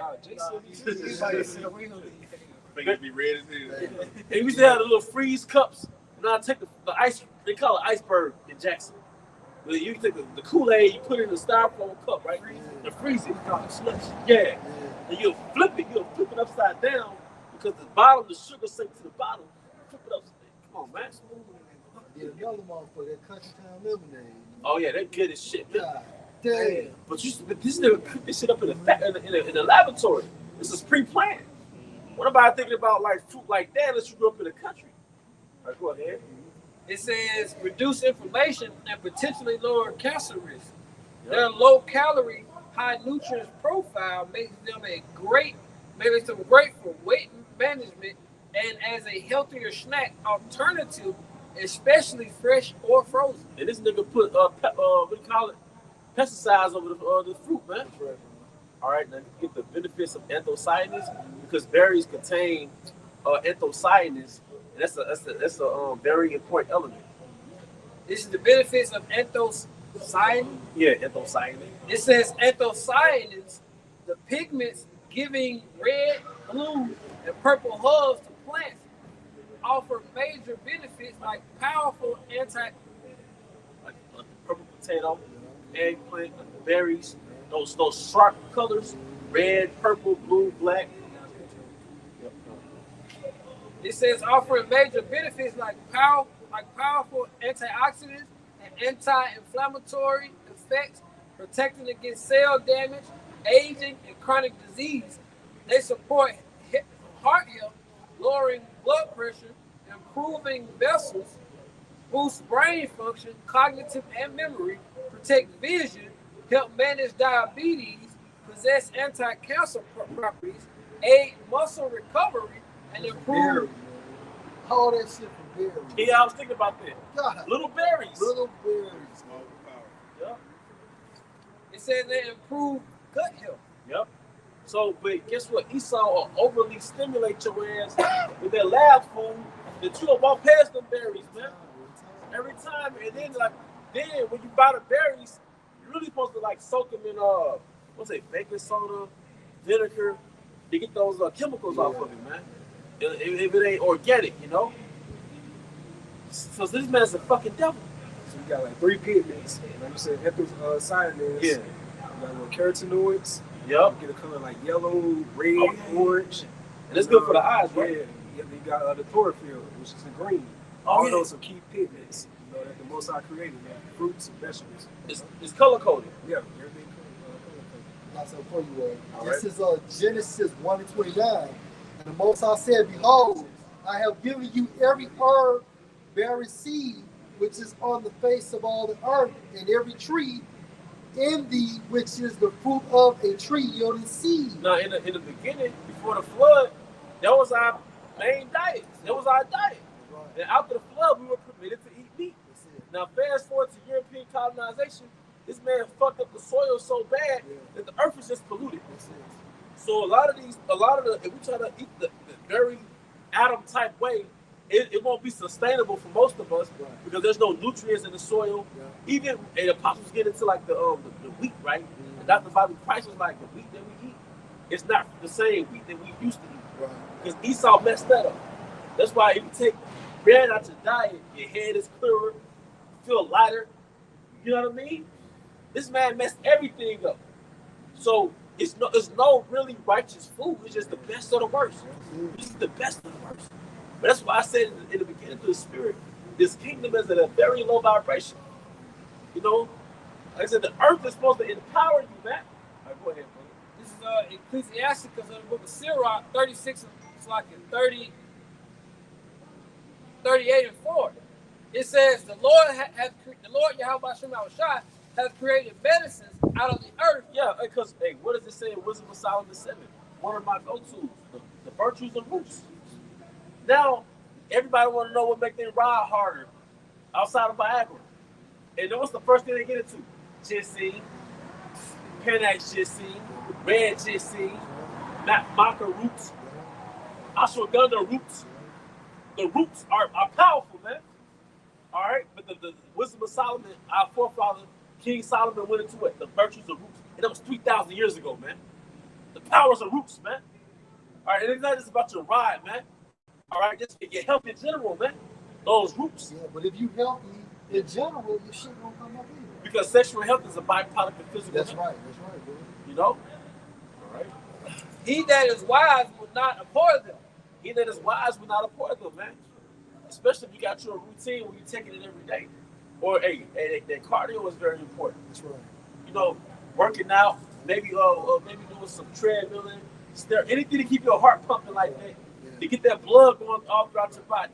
Because everybody chasing the erection, but it's really going back to blood circulation. And nitric oxide. Hey, King Solomon, I'm talking too much. Get your scripture. I'm about to show you. And you can get Wisdom of Solomon 7. What Wisdom of Solomon 7, about the shop. Hey, because Esau want to be credit for he want to have credit for the scientists, the chemists. Fuck, who's the real scientists, man? And then, yeah, those are the scientists, man. Those are the architects, man. What did King Solomon learn? The operation of the elements. And I was just thinking about nitric oxide and I looked it up. It's a combination of nitrogen and oxygen, right? So the food that we eat that stimulates you, for example, it has L-arginine in it, like meat has L-arginine. Nuts have L-arginine. What is L-arginine? It's an amino acid that releases that nitric oxide. What is nitric oxide? It's a combination of the elements, nitrogen and oxygen. But it's a gas. And when we was in boarding at school, it taught us water, what's it, solid, liquid, and gas, right? But what the fuck is a gas really? It's an air gas. The most important element is oxygen. It's more important than water. Because you can go a couple of days without drinking, but how long can you go without breathing? But one of the most valued elements in the universe is oxygen. What is oxygen? It's an air gas. So if you really want to amplify your circulatory system, you really increase your oxygen intake. So when you run it, you breathe it through your nose and out your mouth, man, you pumping oxygen in you. You know what I mean? But something more, I was just thinking about this, man. A lot of that stuff go back to oxygen, bro. L-arginine release that nitric oxide, which really basically is air gas in your blood circulation, man, which stimulate that blood flow. Keep going. What does that do? It releases oxygen. That's why when people get those liquid IVs. Yeah. They get restored and rejuvenated like that. Because it has all the electrolytes in it too. The more your body oxygenated, the more alkaline you are. Wow. It kills cancer cells. Like even like water, real water, before Esau started messing with it, that can cure cancer. It's power in that oxygen. Hey, but you said this was Solomon. Yeah, I think we're 22. Those are the virtues of plants. See, this so-called black man was put on this knowledge by Yahweh Shai. And the reason why King Solomon possessed so much wisdom, because he was wisdom. He was Yahweh Shai. Yeah, so when it comes to the branches of science, that's for the Israelites. Like for you fucking devils, man. Y'all was base men. We thought y'all was base men. Israelites constructed languages. The first language was Hebrew. Israelites, because when we were the sons of God, we had all this understanding. People think that civilization is distinct from Yahweh Basham Shai. You got the concept of God, do you have intelligence? The closer you are to the Most High, the more of intelligent you'll be. So when we was close to the Most High during the time of Adam, we were a world power as the sons of the Most High. We had the branches of wisdom, man. You see? And we're going to get that in the kingdom. We're going to have that infinite wisdom. Esau make you think intelligence is separate from God. Like, if you believe in God, you're kind of simple. But the scientists got all the knowledge over here. Science.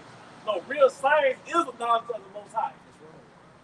You got a piece right now. This is Wisdom of Solomon, chapter 7, and verse 20. It says the natures of living creatures and the because if you go up some verses, it tell you all the things that wisdom taught you. Yeah, you can start at the part where it said he gave me knowledge of certain things. You start at 17. Yeah, read that. God, this is Wisdom of Solomon, chapter 7, starting at verse 17. For he had given me a certain knowledge of the things that are namely, to know how the world was made and the operation of the elements. So King Solomon understood from the beginning how the angels brought the elements together and created the earth. All right, go ahead. Verse 18.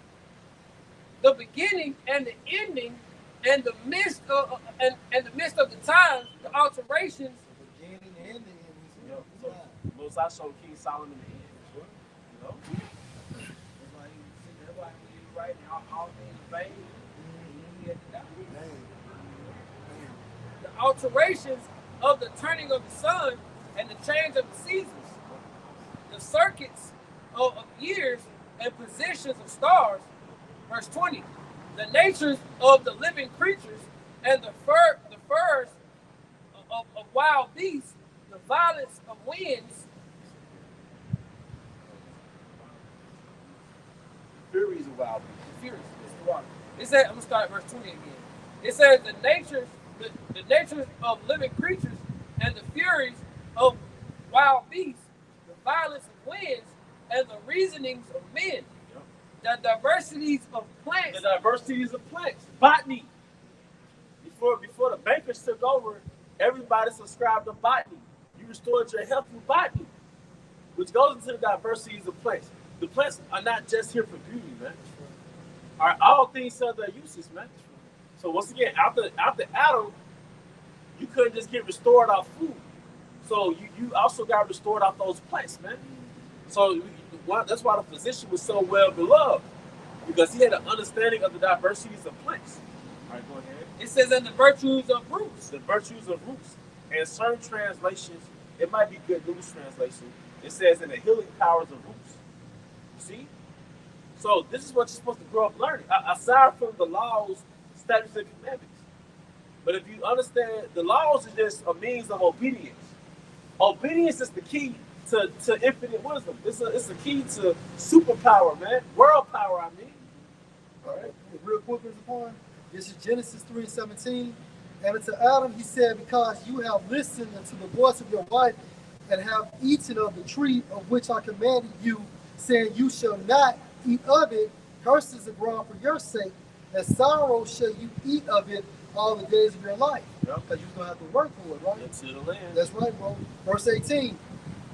Thorns also and thistles shall it bring forth to you, and you shall eat the herb of the field, because we're going to the sea. Yep. That's a beautiful point. Wow, man. Because prior to that disobedience, you didn't eat no herbs, man. That's right, bro. That's the original fruit. Man, our original food, man. Healing. It was healing. Right. And I'm not trying, I'm not making an effort to get all deep.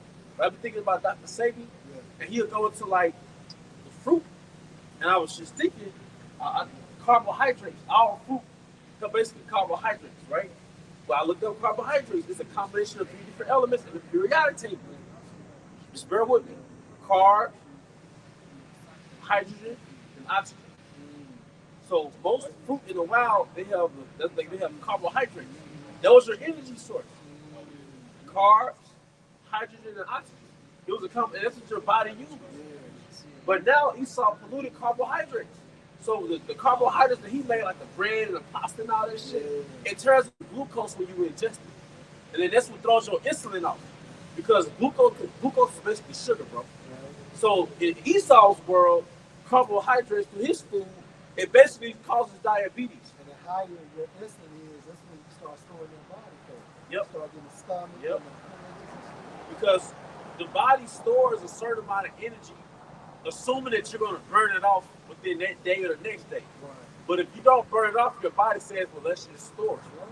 Because your body is highly intelligent, created by Yahweh Bahasham Shai. But because you live in a sedentary kingdom, you never burn off the stored energy. You never burn off the fat. So, yep. Go ahead, bro. Now it's to make the situation even worse. You got Jake there eating real late at nighttime. Yeah. 12, 1 o'clock or after hours like that. And they'll just sleep on it. Hamburgers.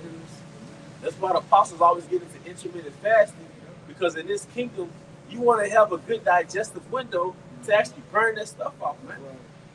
You know? It's the book of Psalm. Yes, I'm It's Psalm 103 and 2.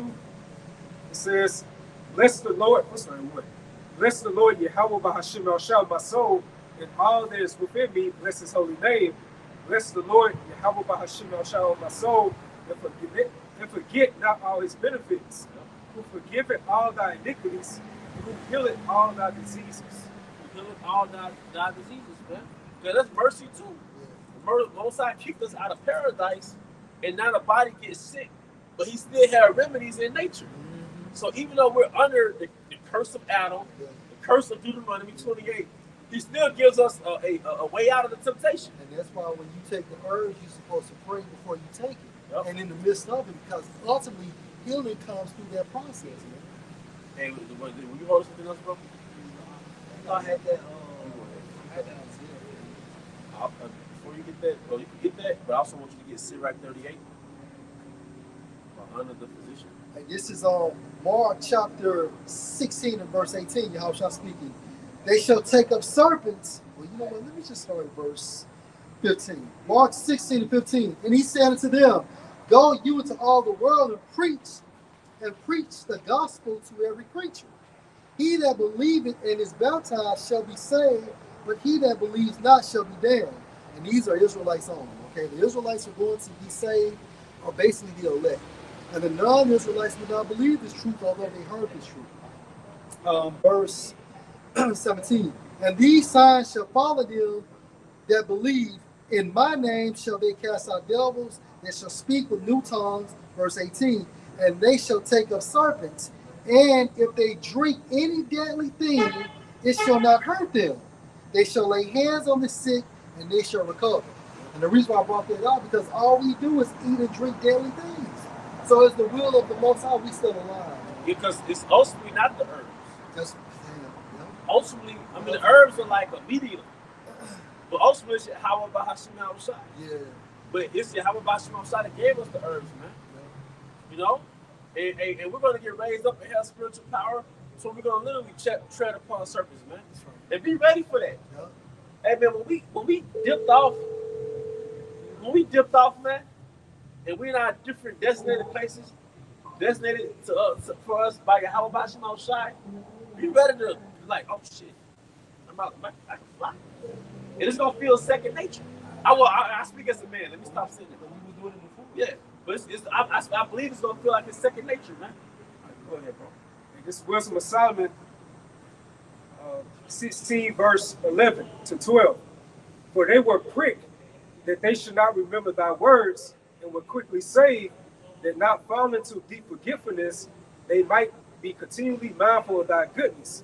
For it was neither herb nor mollifying plaster that restored them to health, but thy word, O Yahweh Bahasham Shai, which healeth all things. And Yahushua is the word, right? So Yahushua does all the mediation for the elect. He's our, what they call it, intercessor, right? So of course this is the protocol. Yes, we use the herbs, but we know as we're using the herbs, we have to pray for Yahweh. We have to pray to Yahweh Bahasham Shai for that healing. His second coming, pursuant to Malachi the 4th chapter, where it says he's gonna come with healing in his wings. Yeah. You know, That's that's those what we're looking bodies. forward to, man. Yeah, and it's look, man, the spiritual power on this side, that's just a standard that's gonna be lifted. Yeah. But their real miracle is uprooting the kingdom of Edom. That's right. Because did it not say the physician can't cut off a long disease? And what was that long disease? Esau. That's right. So this man in power has been a long disease to existence, man. And also, he's supposed just to back you up and then to shed these weak ass bodies. Yeah. These sickly, infested, demonic bodies. Because they're easily inhabitable by demons. That's right, bro. These bodies are easily possessed and inhabitable by demons. That's why you always have more negative than positive when it comes to your body. And even if your thoughts not negative, your body is doing something negative. That's right. Vice versa. Yeah. So like you can work out, exercise, but then another problem comes up.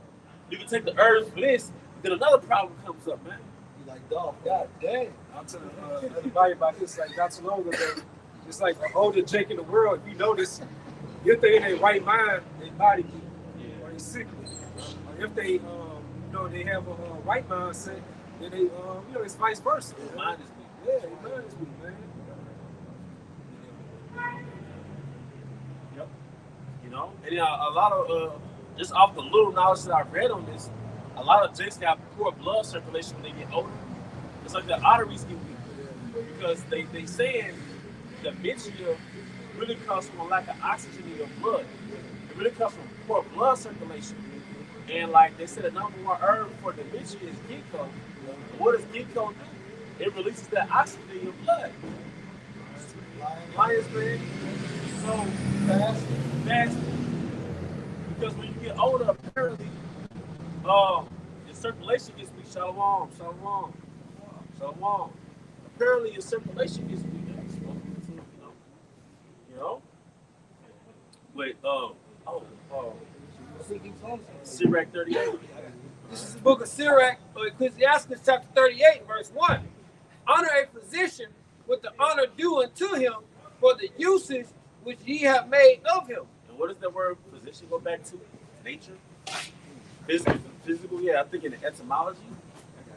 And what's the honor that he beholds? Like, you supposed to go to him because he's supposed to heal you. Yeah. Like, if you're going to a car salesman for a car. Yep. If you're going to a barber to get your hair cut. So if you're going to a physician, you want to be whole. Yep. And Gad, so-called Native That's Americans, a spirit. they honor the medicine man. And Gad himself had the knowledge of nature, man. Yeah, a lot of herbs that the standard herbalists practice, they got it from Gad. When Esau came to the Americas, most of them died. Half of them died. Yeah. But it was Gad that taught Esau how to restore himself through the herbs. Because for one, Gad is an Israelite, so Israel always had the knowledge of the herbs. But secondly, Gad watched the animals. Gad studied the herbs the animals used to restore their health, man. So a lot of herbs that you see in ancient, in American tradition, it goes back to Gad and Reuben, man. All right? All right, go ahead. And this is 1 Timothy 4:8.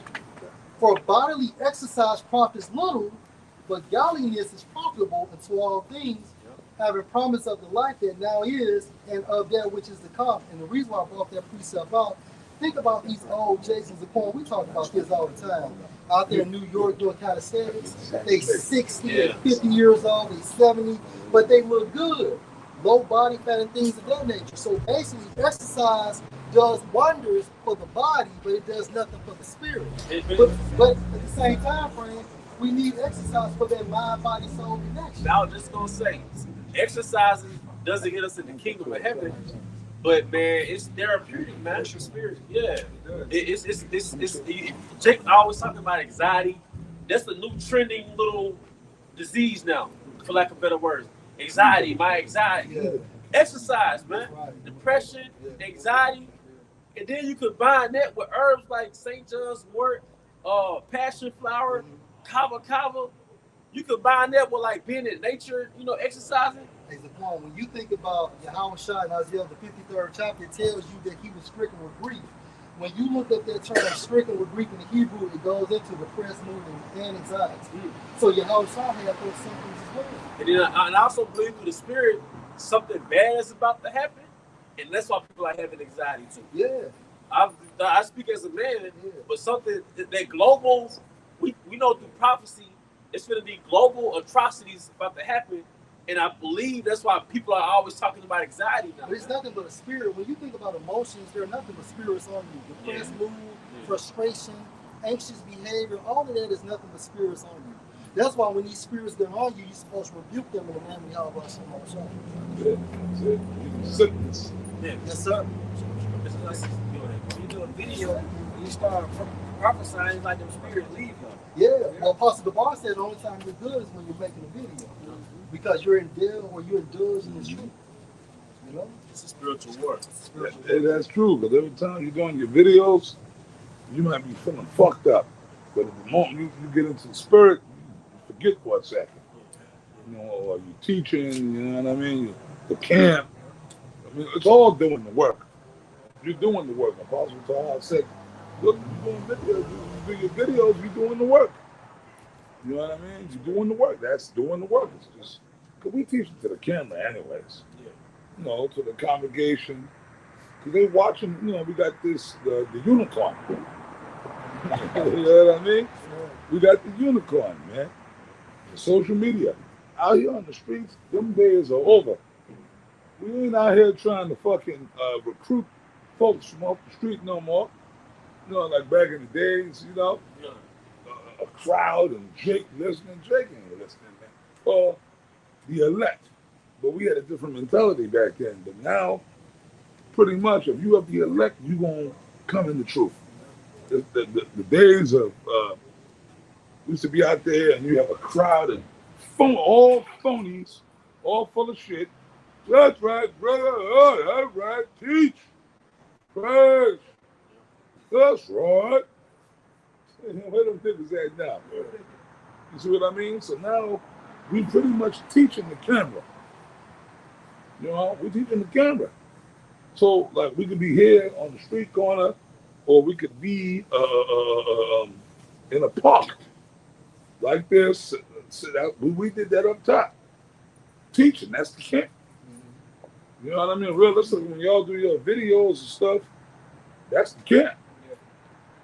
Because y'all see the brothers, Wa Akwaf, sincere sisters, and like I said, for the sisters out there, the Akwaf, so you ain't got no business watching our videos anyway. Right? Well, it depends. Unless they got a husband. If they have a husband. That's what I mean.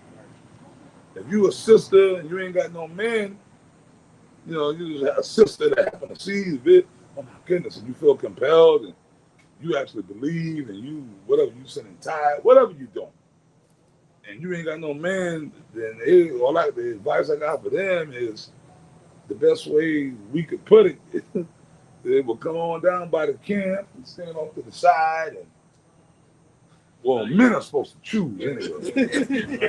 I mean, for real though, man. Like, stand there, be humble, and you know, and then approach one of the brothers and start a conversation. Right. Or like there's a particular brother that you privy to, that you are not privy. What's the word I'm looking for? Scope on it. Scope or whatever, but I'm looking for the politically correct word, the proper word. An attraction to, you know, hey, you watching the brother's videos, you ain't got, these are sisters that don't have husbands that might, you know, Lord, this women gonna be saved. You know, then hey man, go on the brother's page and hit him up on the comment board. Or, I mean, I'm not a technical guy. They could do that, right? You can go on your page and hit the brother's synagogue, go, Shalom, brother. So and so, I've been watching the videos. My name is Shara. Whatever, right? Hit the brother up. And, you know, that's my suggestion. Come on, women, bro, women, they know how to. If they're trying to get at a dude, women know how to get at a dude. You know what I mean? So for you sisters that you want to hook up with a brother, then and I hope the brother might want to deal with you. Because things are changing now. We in the talk about Isaiah 4:1, man. And furthermore, we said this before. the sisters that got husbands, you ain't got no goddamn business watching nobody videos but your husband. That's it. You understand? That's bottom line. And I, you know, brothers' wives that I have came into contact with, I told them that, and I said it on camera. And I told brothers, man, your woman ain't supposed to be watching nobody else's videos but your videos. What the fuck is that? We didn't already seen the madness that comes from that already. I could tell y'all firsthand. You know what I mean? So if brothers do have a woman that's in the truth or she's a believer, then the only videos she should be watching is your videos. And we got scriptures on that. What did the Apostle Paul say? But if they will learn anything, let them ask their husbands at home. Right? So what does that mean? The only person that's supposed to be teaching your woman is you. Not nobody else. Not even us. When it comes to you brothers and y'all Ayashas, man, I mean, you know, like I said, I've met brothers' wives and stuff like that. I'm like, hey, like, if anything, hey, shalom, sister. Shalom, hey, sister, shalom. Hey, man. You know, like small talk. Super small talk. You know, I might say a few things, but it's like, hey, sister, hey, shalom, shalom, sister, hey, how you doing? Hey, yeah, cool, great, yeah, man. Chicken was good. And it's nice, man. Yeah, the house, yeah, man, it's beautiful. I love the way you decorate that. You know, small talk bullshit. Shit like, hey, the house looks nice, sister. Yeah, yeah. Oh, the water, yeah, you cook the water, sister. Yeah, how you doing? And shit like that. And then really, that's just gonna be it. Hey, shalom, sister, when you're leaving, hey, man, Tawabala, hey, man, the water sister for cooking, and hey, man, may the Lord bless you. And one thing I might say, look, sister, I'm gonna tell you this, stick with this. I'm trying to put her on. Like this brother right here, stick with this man. No matter what the demons take, stick with this brother. As far as teaching or giving any form of exhortation, that's gonna be it. I might say that to a sister, a brother's wife. But like, sister, all I can tell you is this. You in a beautiful spot right now. Meaning these women don't realize that the men of the Lord, the servants of the Lord, they don't realize that what they got, man. You know what I mean? So I'll be like, sister, stick with this brother no matter what. Stay with this brother. Stay with him. Stay with this brother. You're going to be happy you did. You dig? What more could you say? And that's it. Right? Is that not good advice? I'm bigging up you know, the husband, the brother. Like, yo, man, you better stay with this brother, man. Sister, trust me. Stick with this brother. Fuck all the other bullshit. No matter what, stay with this brother. Y'all know, certain brothers have more than one woman, and that's cool. There's no, you know what I mean? 'Cause, you know, that'd be the main thing, man. That'd be the main thing. You know, that's my problem. Bun, you got something left? You looking for something? Yeah, I got something. Come on. Yeah, this is the book of Sirach 36, and starting at verse 22. The beauty of a woman cheereth the countenance, and a man loveth nothing better. If there be kindness, meekness, and comfort in her tongue, then is not her husband like other men. Yeah, you got an apostle. No, y'all got it. You break it down, Bun. It was your scripture. Yeah, I'll read it again. It says, if there be kindness, meekness, and comfort in her tongue, then is not her husband like other men.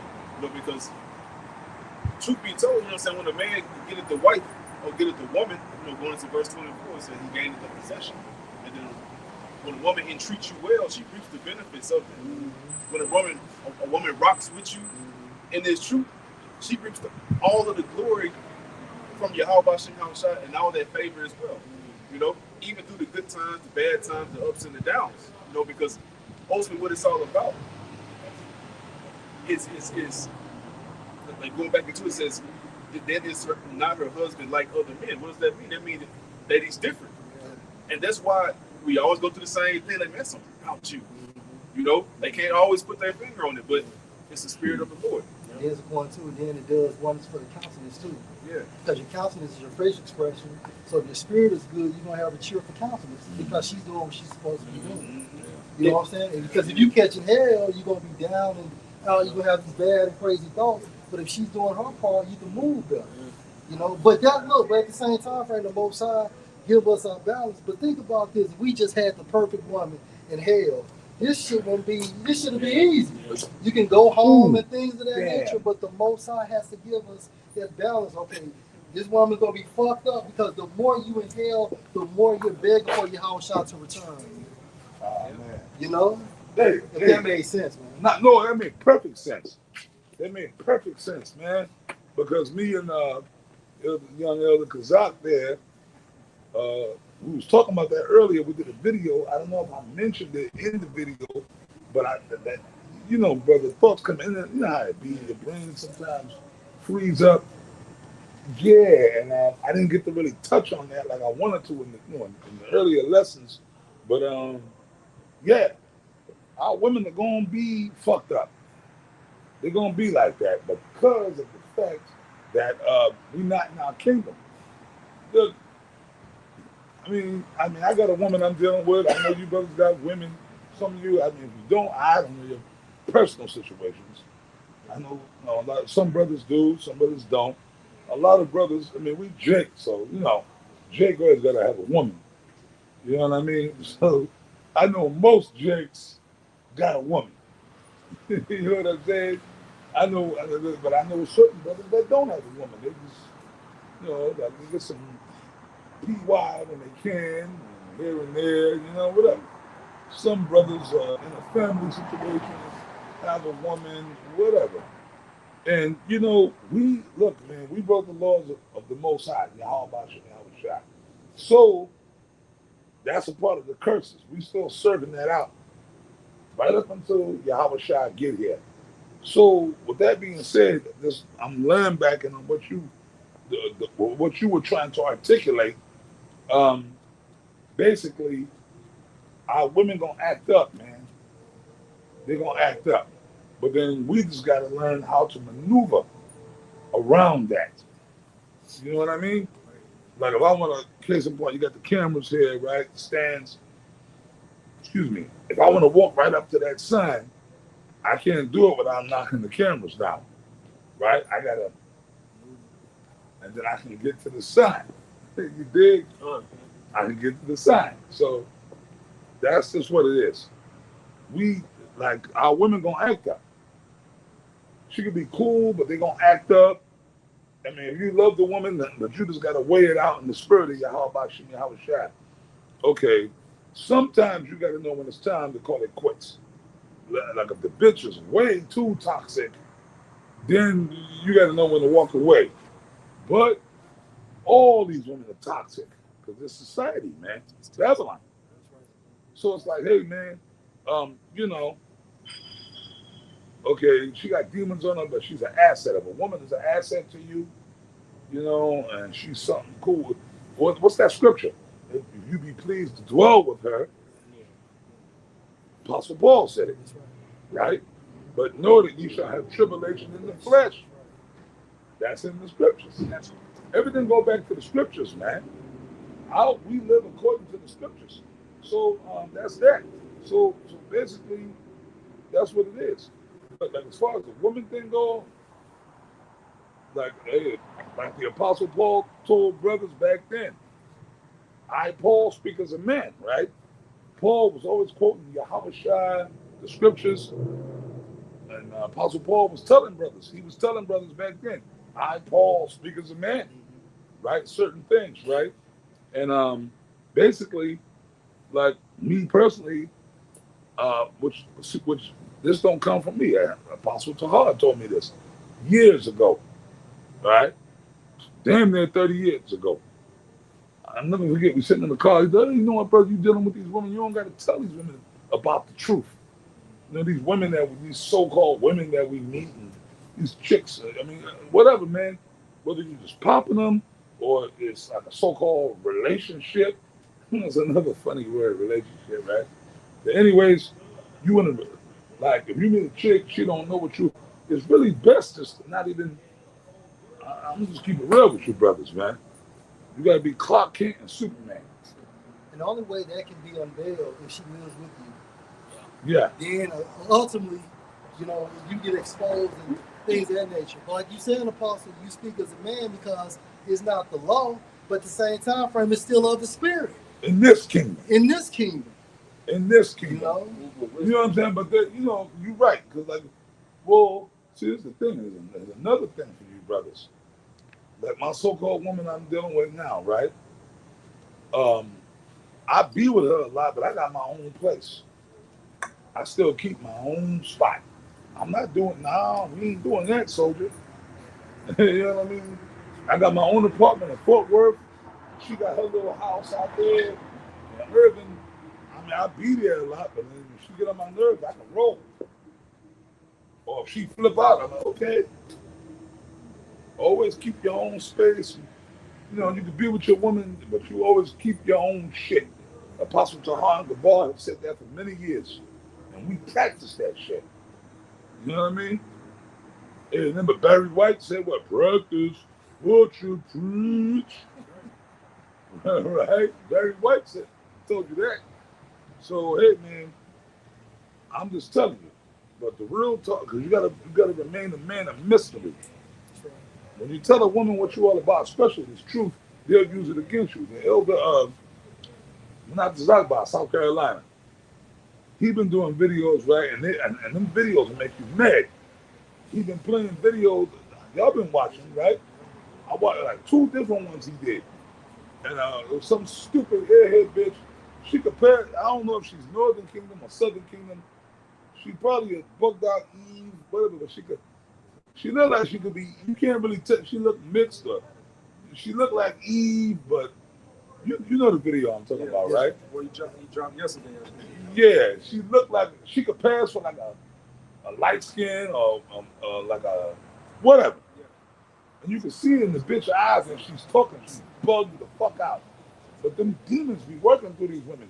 Now, if you're a simple-minded person, you will believe, you will get wooed by that shit. Because what was she saying the other day? If you are a Hebrew Israelite in 2026, you are weird or whatever the crazy shit was. Y'all know the video I'm talking about, right? If you are a Hebrew Israelite in 2026, you are toxic or you are weird or something like basically you crazy, whatever. I forget the full thing. And he played the full thing. And it's real exhausting to get to her part of the video. And the brother played that. I got a little mad. Like, fuck this brother. So this brother, man, I kind of wanted to cut. Look, brother, why you play that whole damn thing? But as he went into his thing, when he started talking, because I'm like, it's exhausting to get through the video. Listening to this stupid airhead, dildo head bitch. And then as you're looking, when she went through her whole stuff, and that, when they're rolling it, they got demons on them. The Hebrew Israelite, and she called herself quoting scriptures and trying to debunk us, right?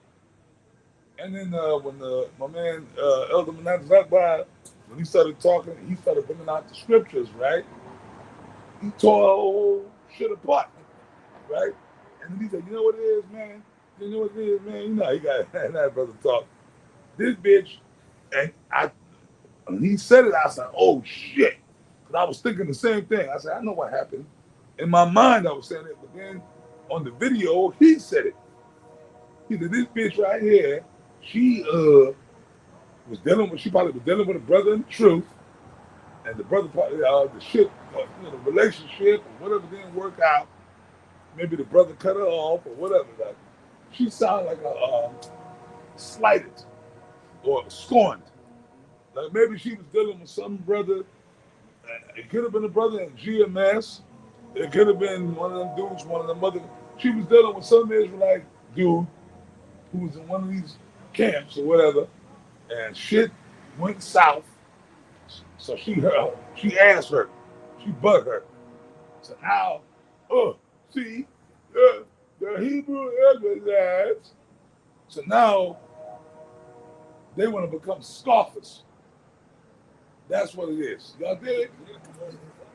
For real. Bro, 'cause some of these women that we have dealt with, and they found out about the truth. You got something? You got something, bud? I'm not reading for you. They found out about the truth, and then let's say y'all break up, they'll come, like if they really butt hurt, they'll come and try to scoff the truth. Oh, I got to tell you, brothers, this. Earlier today, and some of y'all might have seen the video. I was watching Apostle earlier today. I was sitting at the brother crib, and I was watching Apostle Tahar, but I know it's a recent video. I don't know when Apostle Tahar put it up. I watched the whole video, and fire, man. Apostle Tahar put a video up, and I mean, he was touching on a lot of different points, right? But he said, yeah, man. He said, pretty much, if we in that time, when the missiles come, all you niggas that fill out the truth, you're going to be backstroking in them, that fire from the missiles. And then he said, Apostle Tahar, I didn't say it. Apostle Tahar said, look, you women that was in the truth and left, y'all going to be doing the backstroke in the fire from those missiles. Apostle Tahar. So see, these women, all these women, you got to realize, bro, no, they culpable too. It's not just men. These women, man, these women are not exempt from judgment. Because you're a woman. How about you? How much I don't care. Because you got a pussy. I say this. Go ahead, brother. He didn't care about Lot's wife. God. She was a righteous man's wife. Can I say something for you? When you think about Daniel, the 12th chapter, it talks about sins going to be in everlasting contempt. We know this talk about the guys that fell off, but a lot of that that's going to be in that sect is women that love us too, man. They're going to feel extremely That makes sense. Oh, the 2/3 mainly consists of women. Women, right. You know what I'm saying? Right. There's more women on the planet than men. That's right. Well, I got a scripture for y'all. Y'all can read it and y'all can break it down if you want to. I'm going to give it back to y'all, man. I just had to, Ezekiel 9 and 4. I was going to get it. Let's go. The Lord don't care. Yahweh Shai don't care because you got a pussy. Okay? I'm a woman. I'm a woman. Don't use vulgar language in front of women. You know what I mean? I know y'all have all heard that before, especially in the South. We all from the South. Hey, man. Like about you somewhere, fuck. Hey. Bro, hey, man. Don't be talking that way, man. There's women in here. There's women. No, not women. There's women's in here. There's women's in here. Are you fucking serious? Can I tell you something? Sure. All the cuss words I know, I learned from my mama. Okay? Real talk. All the cuss words I learned from listening to my damn mama. Give me a fucking break. Don't be cussing. There's women around. There's women. Them even coming to America. Them that's Randy Watson was singing. Y'all know what I'm saying? Them three niggas, Eddie and they play. They playing different roles. You never the scene. Teach them women, let them lead the way. Show them all the beauty.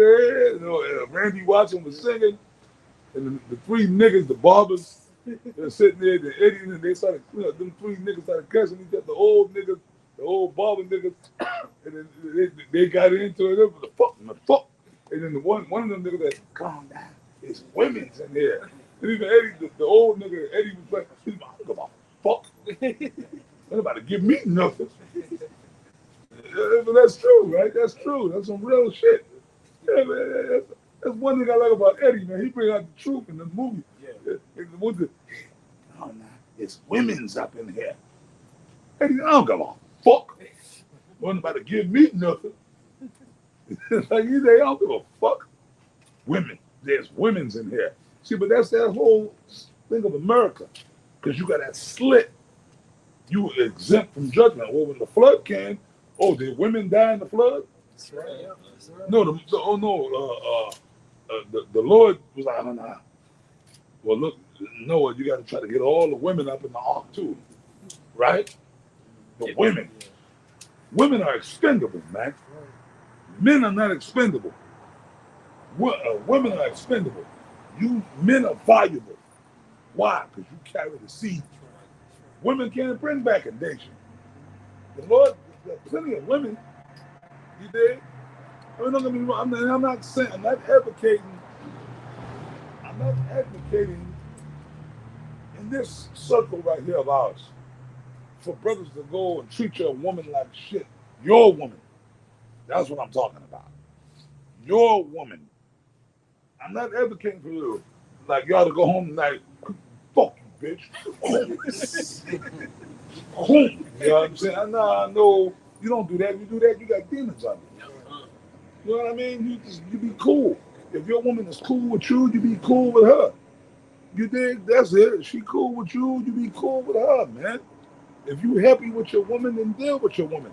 Because really, right now is not the time to be on the dating scene. You dig?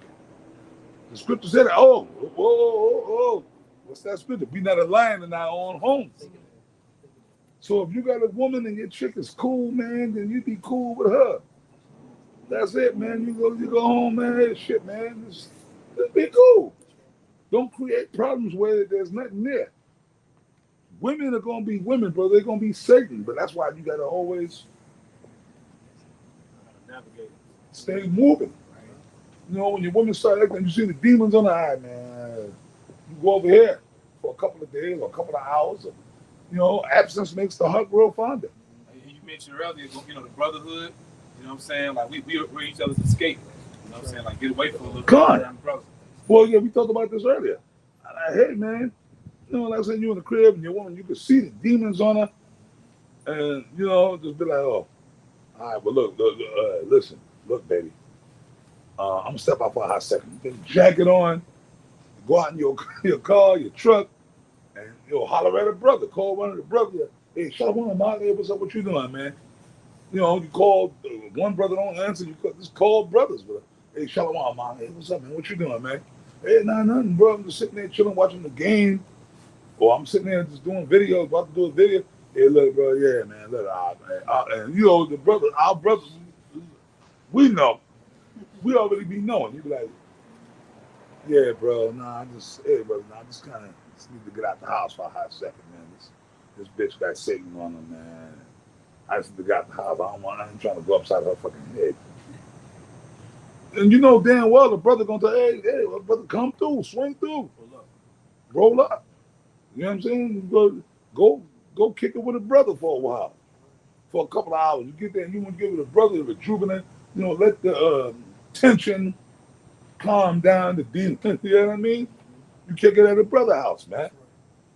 Sure, y'all might do a video, or even if y'all don't do a video, y'all just watching the basketball game, the football game, or watching a movie, whatever. You know, have a couple of drinks, y'all just kicking it and just chopping it up in the spirit. That's the beauty, or like you said, the beauty of the brotherhood, man. And then you might be like, hey, man, you know what? You might decide you don't want to go home. But like, yo, man, listen, look, I just crashed on the couch. I don't feel like going back there tonight. You know, man, come, brother, head. Lay down. Right? That's, you learn how to, the spirit just want me to tell you brothers this, to vent this out to the congregation. You did what I'm saying? That's it. Don't, but that don't mean you got to look at your woman. The Apostle Paul said, ye shall have tribulation in the flesh. Because remember, what did the Apostle Paul say to in the scripture? He said, look, I wish that y'all could all be like me. Apostle Paul didn't have a woman because he knew that he wanted to dedicate himself totally to the gospel. And women do take up time. They take up time, brother. And the scripture said, Apostle Paul said what? If a man have a wife, be careful. It is true. Because when you got a woman, Careful things of the world. yeah. Your woman pull you into her bullshit sometimes. You get caught up, you be having to do all kind of bullshit. You know what I mean? But that's what it is. But when you ain't got a woman, you just focused on the word and the brotherhood. If you ain't working, did I call for something? Ezekiel 9:4. I mean, y'all can read it if y'all want to. If not, it's up to y'all. We'll get that. We'll close it out on that. This Yeah. is looking- Yeah. This is the book of Ezekiel, chapter 9 and verse 4. And the Lord Yahweh said unto him, go through the midst of the city, to the midst of Jerusalem, and set a mark upon the foreheads of the men that sigh and that cry for That's all. an angel marking the elect from the exemption of judgment, right? And we're in the end of this thing. Go ahead, bro. That sigh and that cry for all the abominations What are we that signing and crying about? Shit, this reality, right? America, Esau, and so on and so forth. That's what we sign and crying about. And the more we sign and crying, you also sign and crying about doing your videos too, doing this work and also praying. You know, all of this is a combination of that. it says that sigh and that cry for all the abominations that be done in the midst thereof. An abomination is nothing but wickedness, man. Extreme wickedness, right? This whole reality is fucking wicked, right? And it's also based on the notion or the pretense of Satanism. Go ahead. Verse 5. And to the others, he said in mine hearing, go ye after him through the city and smite. So the Most High wants to hear these people die. He wants to hear these people scream and beg for mercy and beg for their lives, man. Go ahead. He said, in my hearing. Go ahead. Let not your eyes spare, neither have ye pity. They don't have no pity. And do the angels give a fuck? No. It tells you in Ecclesiastes, the 39th chapter, when it's time for the angels to get busy, they don't give a damn who it is. Women, kids, the ancient or whatsoever. They get busy. Go ahead. I'm going to switch to the NLT for verse 6. It says, kill them all. Kill them all. Based on the standard of the Most High. Not murder them all, but kill them all. Go ahead. Old and young. Old and young. You old hoes don't go, you young hoes don't go. Because you young hoes get the shit from the old hoes. Yeah. And an old hoe now is considered as 35 years old. You can have a great grandmama and the mother and the grandchild all going to an NBA young boy concert. This society is done. Back in the day when I was coming up, my grandmother was damn near 70 years old. In the house baking apple pies. Yes, sir. And cornbread. And beef stew. Beef stew or whatever it was. Now you got these old ass hoes when twerking, trying to hang out with their granddaughters. You old ass hoe with blonde extensions. Show them all the beauty they possess inside. Verse 6, it says, kill them all. Them all. Old and young, Mhm. girls and women, Mhm. and little children. Girls and women. So it mentioned women twice. The Lord ain't playing, man. We better hope we make it. That's right. We better hope our ass make it. And bro, I don't know if I'm gonna make it, but I guess what? The scripture says, give diligence to make thy calling and election sure. So that's what Apostle Tahar said. The video I watched, but I'm gonna be diligent. I'm gonna do the work. That's right. Apostle Tahar said that the video I saw that he did. Shalom. Shalom. Man, there's a lot of Jake out here know about the truth, right? Yeah, that's another count. That's another camp. Yes, the affiliate camp. Yeah. Oh, okay. Hey. When The former affiliate. the former affiliate camp. Okay, but they're doing they just kind of doing their own thing. Yeah, they just wrapped up. Well, that's cool. Hey, look, man, hey, you know what? Beautiful. It's not for us to say them brothers were wicked or what. Hey, when the door was open, they didn't. Hey, shalom. Hey, man, shalom to them brothers, bro. Hey, shalom, rakatah. Shalom, rakatah. Beautiful, man. Hey, the brothers still get hot, you know. Yeah. It's the head, bro. So, hey, Lord be with them brothers. Man, remember your house shot. Well, And they helped us out a lot. Like personal situations. all I got to say is this, bro. Yahweh Shah said it. We saw others teaching in your name, and we forbid them. Yahweh Shah rebuked them, said, no, don't forbid them, man. If they're not against us, they with us. So not every single brother is just going to come up here and be in what's the word, on the roster. Yeah. You know, like on a team, you got the roster. Okay, he's on the roster. he's not on the team. They on the team. That's cool. That's groovy, man. Not everybody got to come up under us. We don't want that. Because then realistically, that's more problems. That's more shit we got to deal with. So let Jay do what they do. Them brothers are coming by, they saluting, they shalom, hey, and they teaching, they doing the work. That's all that matters. It's not about us. GMS, so to speak, is about, hey, if them brothers are teaching, as long as they teaching the right doctrine and they doing the thing, who are we to say that they're not gonna make it because they ain't out here with us? This ain't no gang, man. This ain't no motherfucking club. What set you claim? Huh? Like, what set you claim, cuz? Yeah. What set you claim, cuz? Yeah. This ain't no motherfucker. You GMS, nigga? Nah. Fuck you, cuz. No, we ain't doing all that shit, man. You know, ISUPK on that shit pretty much. That's their spirit. Yeah. We ain't doing that, man. Hey, man. Hey, Lord bless them brothers, man. Right. Yeah, like I said, hey, if I was to see them, if I was running to one of them somewhere, we out somewhere, whatever, I'm going to treat them like a brother. Right. You know what I mean? Unless they give me a reason not to, but other than that, like if I was in a bar, I'd run them, brother, hey, Shalom. They recognize Possible God, Shalom. Hey, Shalom, brother. Hey, how about you, Shalom, brother? I was like, you want a drink, bro? I'll buy him a drink. You know what I mean?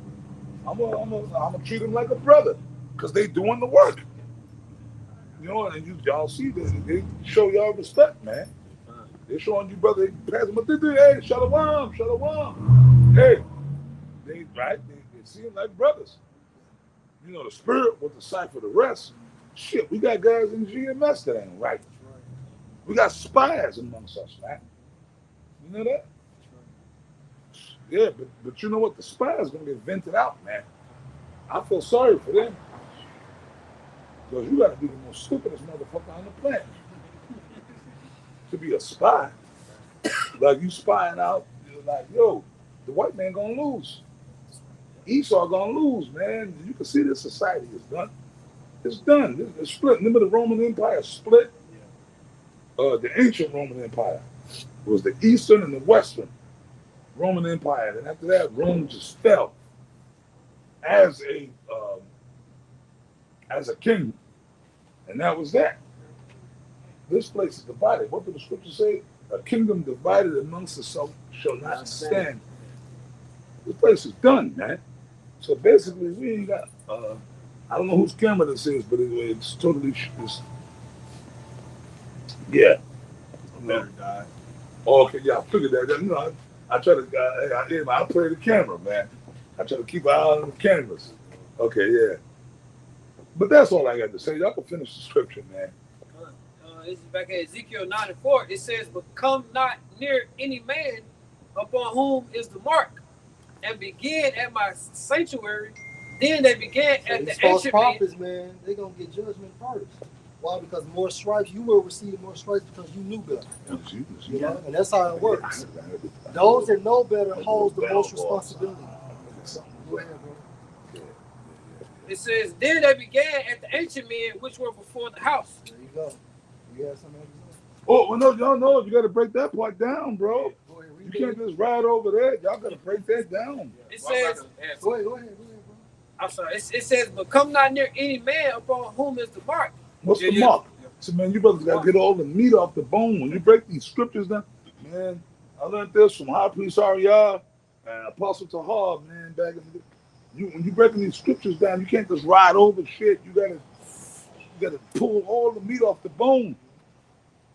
Come on now, break it down. Exemption of judgment, meaning protection from the second death. That Dawah, The why? which is far different from the mark mentioned in Revelation 13 and 16. For why? You know? This is What's the mark? What's the mark? This is that word Microchip. to walk. No, that's not talking about the microchip, brother. Oh, Yeah. What are you talking about, man? Oh, we talking. Oh, it's a lot. Ezekiel, man. Oh, Ezekiel, my bad. This is that word to walk. It says mark as a sign of exemption from judgment. There we go. So what's the mark that Ezekiel 9:4 is talking about? Well, Come not near any man is talking to death angels. yeah. Who's the mark? What's the mark? Well, ultimately, is this knowledge? This truth? Yes, This come, truth you're right. makes us exempt from judgment. Beginning with the names. You know, beginning with the That's name. what I really wanted to hear. Yeah, because Revelation 7, Yeah. you know, you had the name sealed in their forehead. Can I get That's something? what I really wanted to hear. Because the name of Yahweh and Yahushua is the truth. It's synonymous with everything we teach it. It represents that. So that's the mark. Remember, because you got Nate and different, we don't know what the Lord's name is. We'll get that in the kingdom. You know what I mean? These wicked niggas, right? Right. Even the niggas, GOCC, Bubble Eye Blackfish, you know, the Elder Ricard from the GOCC, he, Ahaya and Yeshaya. These niggas are wicked. They don't have the mark. The mark, Shalom, Yahweh Bahashim Yahushua. That's the mark. That's really the mark. You got to call upon the name, but you got to be within the right doctrine. You see what I'm saying? Can I make a point? When you go into, what's that scripture we always pull out? John 7:38. Out of his mind shall flow rivers of living water. When you go into that term living, it goes into Zio, and the definition for Zio is those that are worthy of the names. Come, worthy. You got to be found worthy. Worthy of the names. And I want you to finish on that Ezekiel.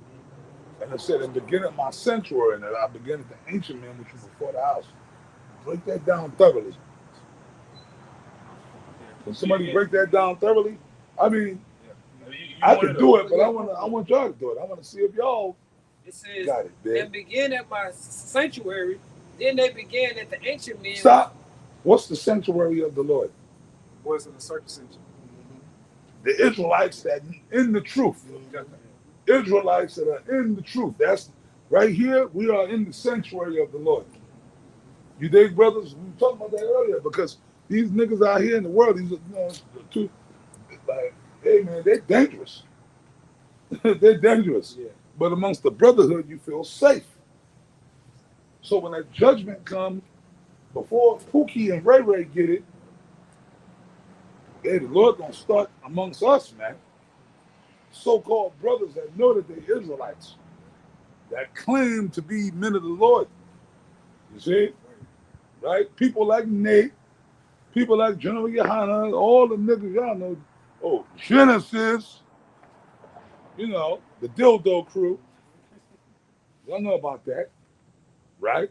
Niggas sucking all that bull. Hey, Shalom. Got you, Apostle. Niggas sucking all that motherfucking bullshit. Niggas sucking all that motherfucking bullshit. You a high priest and you were this, but you like that funny business. And then your own women are coming on putting you on blast. Oh my God. Right? The females, your sisters, your wives are putting you on blast. Dudes like that, they don't get the judgment first, man. I'm telling y'all, this is not a fucking game, man. This is not. A lot of dudes think this shit's a fucking game. This ain't no game, man. This is serious fucking business, man. You understand? This is serious fucking business, man. You know, and dudes better start taking it serious, man. The Lord ain't playing, man. We don't even know if we're gonna make it, man. But like, hey, man, we trying. We trying. So take this. Don't play with this, man. See, it's okay, right? All the dudes that scoffed against us and did all that shit and talked all that bullshit, right? Talked all that bullshit about Apostle Tahar, right? Scoffed. He's just an old nigga. Him and Apostle Tahar, just two old niggas sitting on the couch in New York. They need to retire, right? Remember that? Y'all remember that? They need to retire. We the guys, make way for us, okay? Y'all got it. And you know what? We gave it to them. Y'all got it, bro. All right. We just kept doing what we didn't gonna stop. We just kept doing what you brothers as well. We just, all of us collectively. What did we do? I mean, we'll curse them niggas out, 'cause that's what we do. But what? We just kept doing the work. You remember Bun, right? What we do? We just kept, okay, cool. You know, we just kept going. All right, bro, come. Shalom, y'all got it. And what they do? They fell on their sword, man. They fell on their sword, man. You got exposed. You see what I mean? There's a thing called respect. You dig? There's a thing called respect. And all the dudes that vary from that, they all fall on their face, man. You dig? High Priest Ariel, man. High Priest Ariel, we told y'all. Yeah, High Priest Ariel, he went off. He went off. But guess what? We still love and respect High Priest Ariel. That sign y'all got right there, we wouldn't have that if it wasn't for High Priest Ariel. How would you know what tribe? I'm Reuben, I'm Gad, I'm Judah. You wouldn't know that. It was the spirit of Yahweh Shai got on High Priest Ariel to put that together, man. You know what I mean? So how the fuck could I ever come against High Priest Ariel, man? You know what I mean? So the Lord, see, certain things are above certain dudes' pay grade, man. And that's another thing, Jake. Certain things are above your pay grade. So you gotta realize when certain things are above your pay grade. You know what I mean? High Priest Ariel, the Lord, but see, if you understand the scriptures, you understand why that went down. You know, that's deep shit. You know. But y'all understand what I'm trying to say to y'all? But the reason I wanted him to read Ezekiel, I told y'all to break it down, but the spirit is on me to go into it so y'all can get it.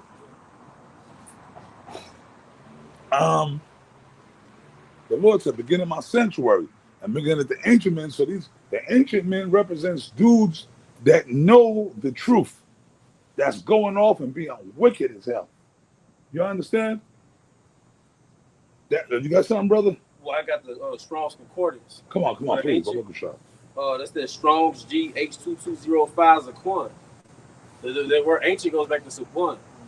So one of the definitions goes to old, but then it says elders of those having authority. You know, of those, because you went into the sanctuary, which is basically those who are circumcised, those who know. And then it says that an ancient, so it's the leaders, starting at the leaders. Nate. Yeah, Nate. Yeah. This one gets judged first. Sakari. Yeah. Hey, Genesis. did he not call him? He deemed himself a chief high priest. Yeah, he did. The only other man since I've been around that ever held that title was High Priest Ariel. High Priest Ariel and High Priest Yaquah. Those are the only two men that we've ever acknowledged, the chief high priest. Okay? This little punk gonna call himself a chief high priest because he's a Levite. And then he had that all fucked up. The Levites. Look, the Lord did away with that. During the time of Moses and Aaron, yeah, the Levites were but the Yahweh Shai changed all that. And that was the reason Yahweh Shai was crucified on earth, because them niggas couldn't accept the fact that Yahweh Shai was a Judite. So their whole thing was, who this nigga? First of all, we the Sanhedrin. We the Levites. First of all, nigga, you a Judite.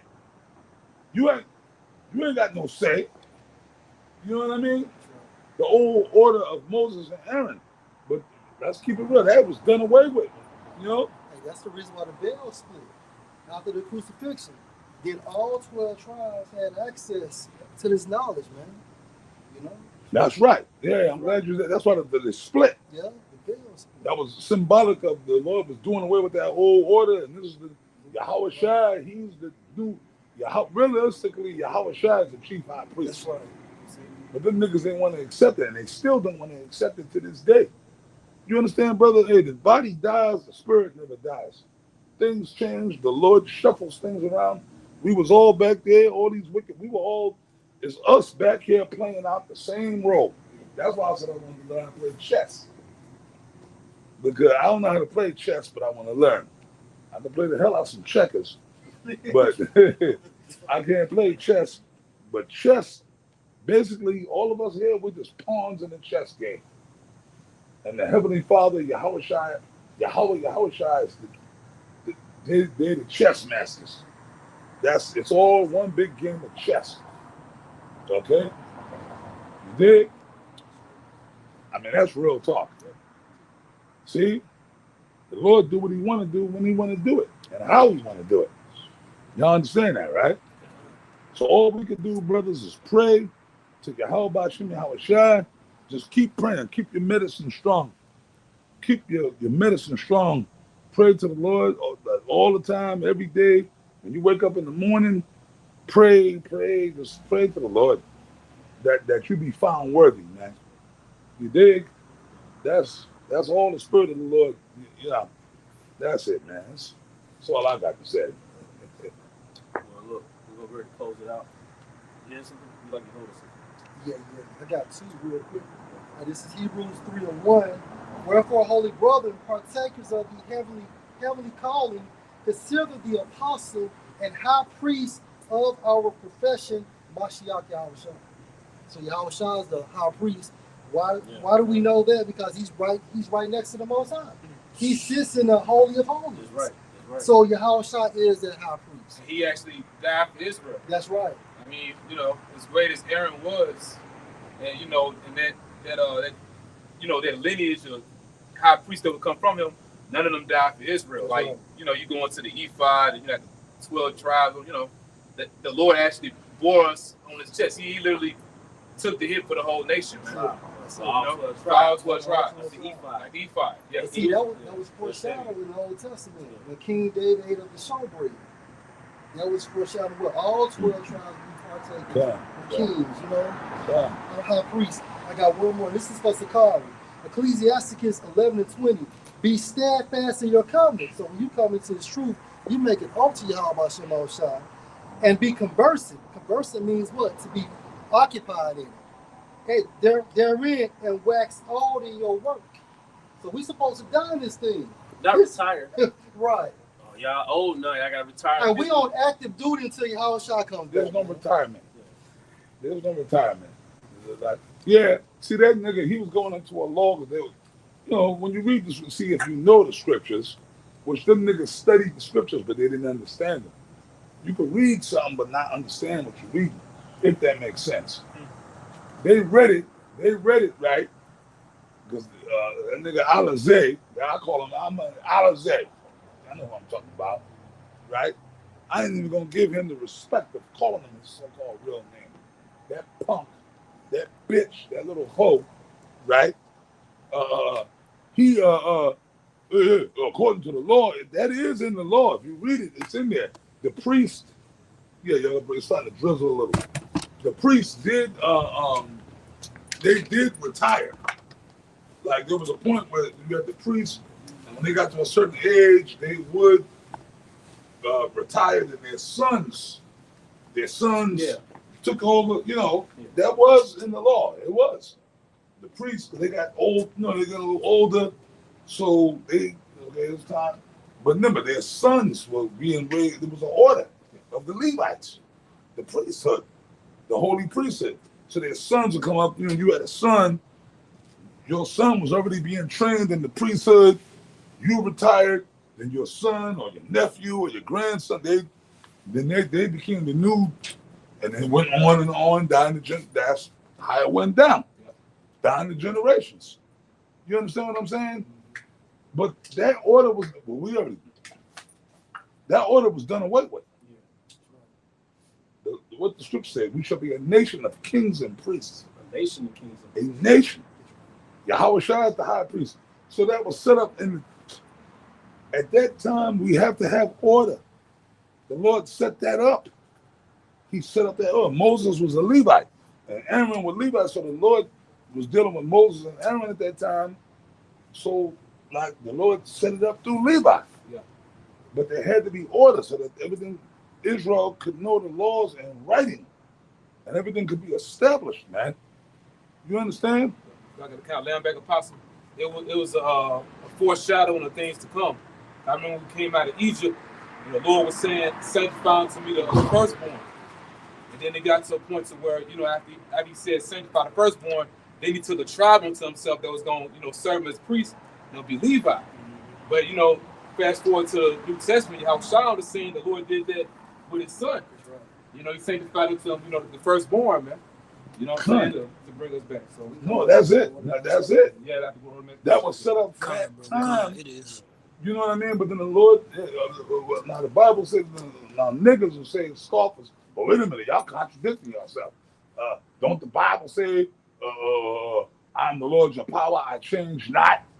The Lord don't change.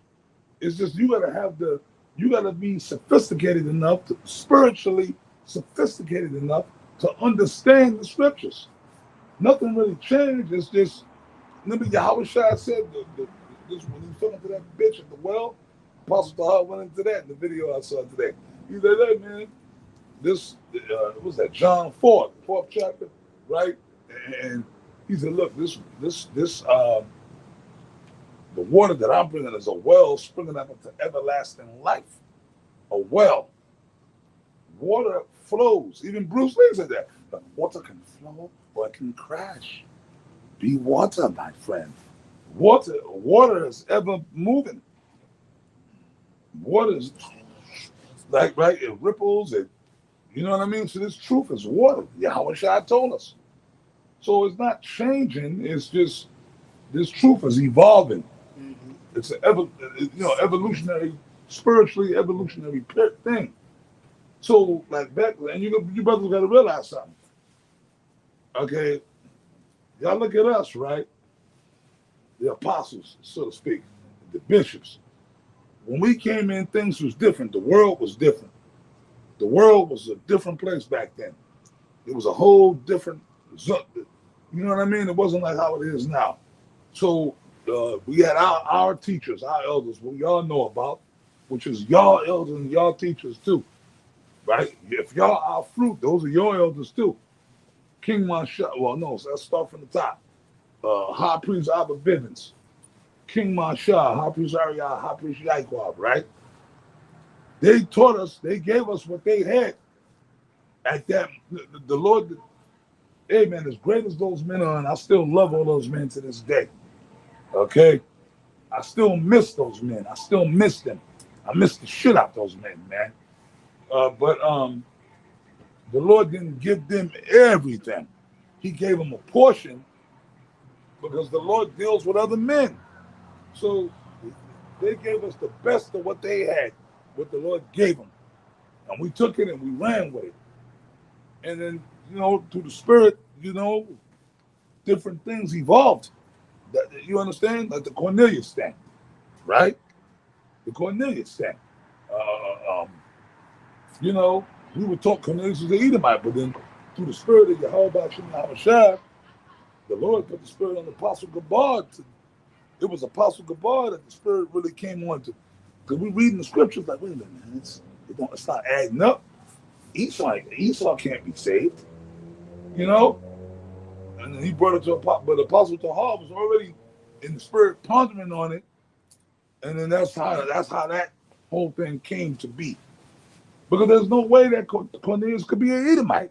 How could he? You dig what I'm saying? Oh, he held the books. He held the Bible for us. When? How? Like some old dude in the cave. I am Cornelius. Here's the Bible. Peter told me to give this to y'all. It don't even make sense. Right? They said Cornelius was a just man. So that means he was Esau is not just. I don't care. Even these fucking Edomites that act like they nice and cool, they're not just. They're wicked.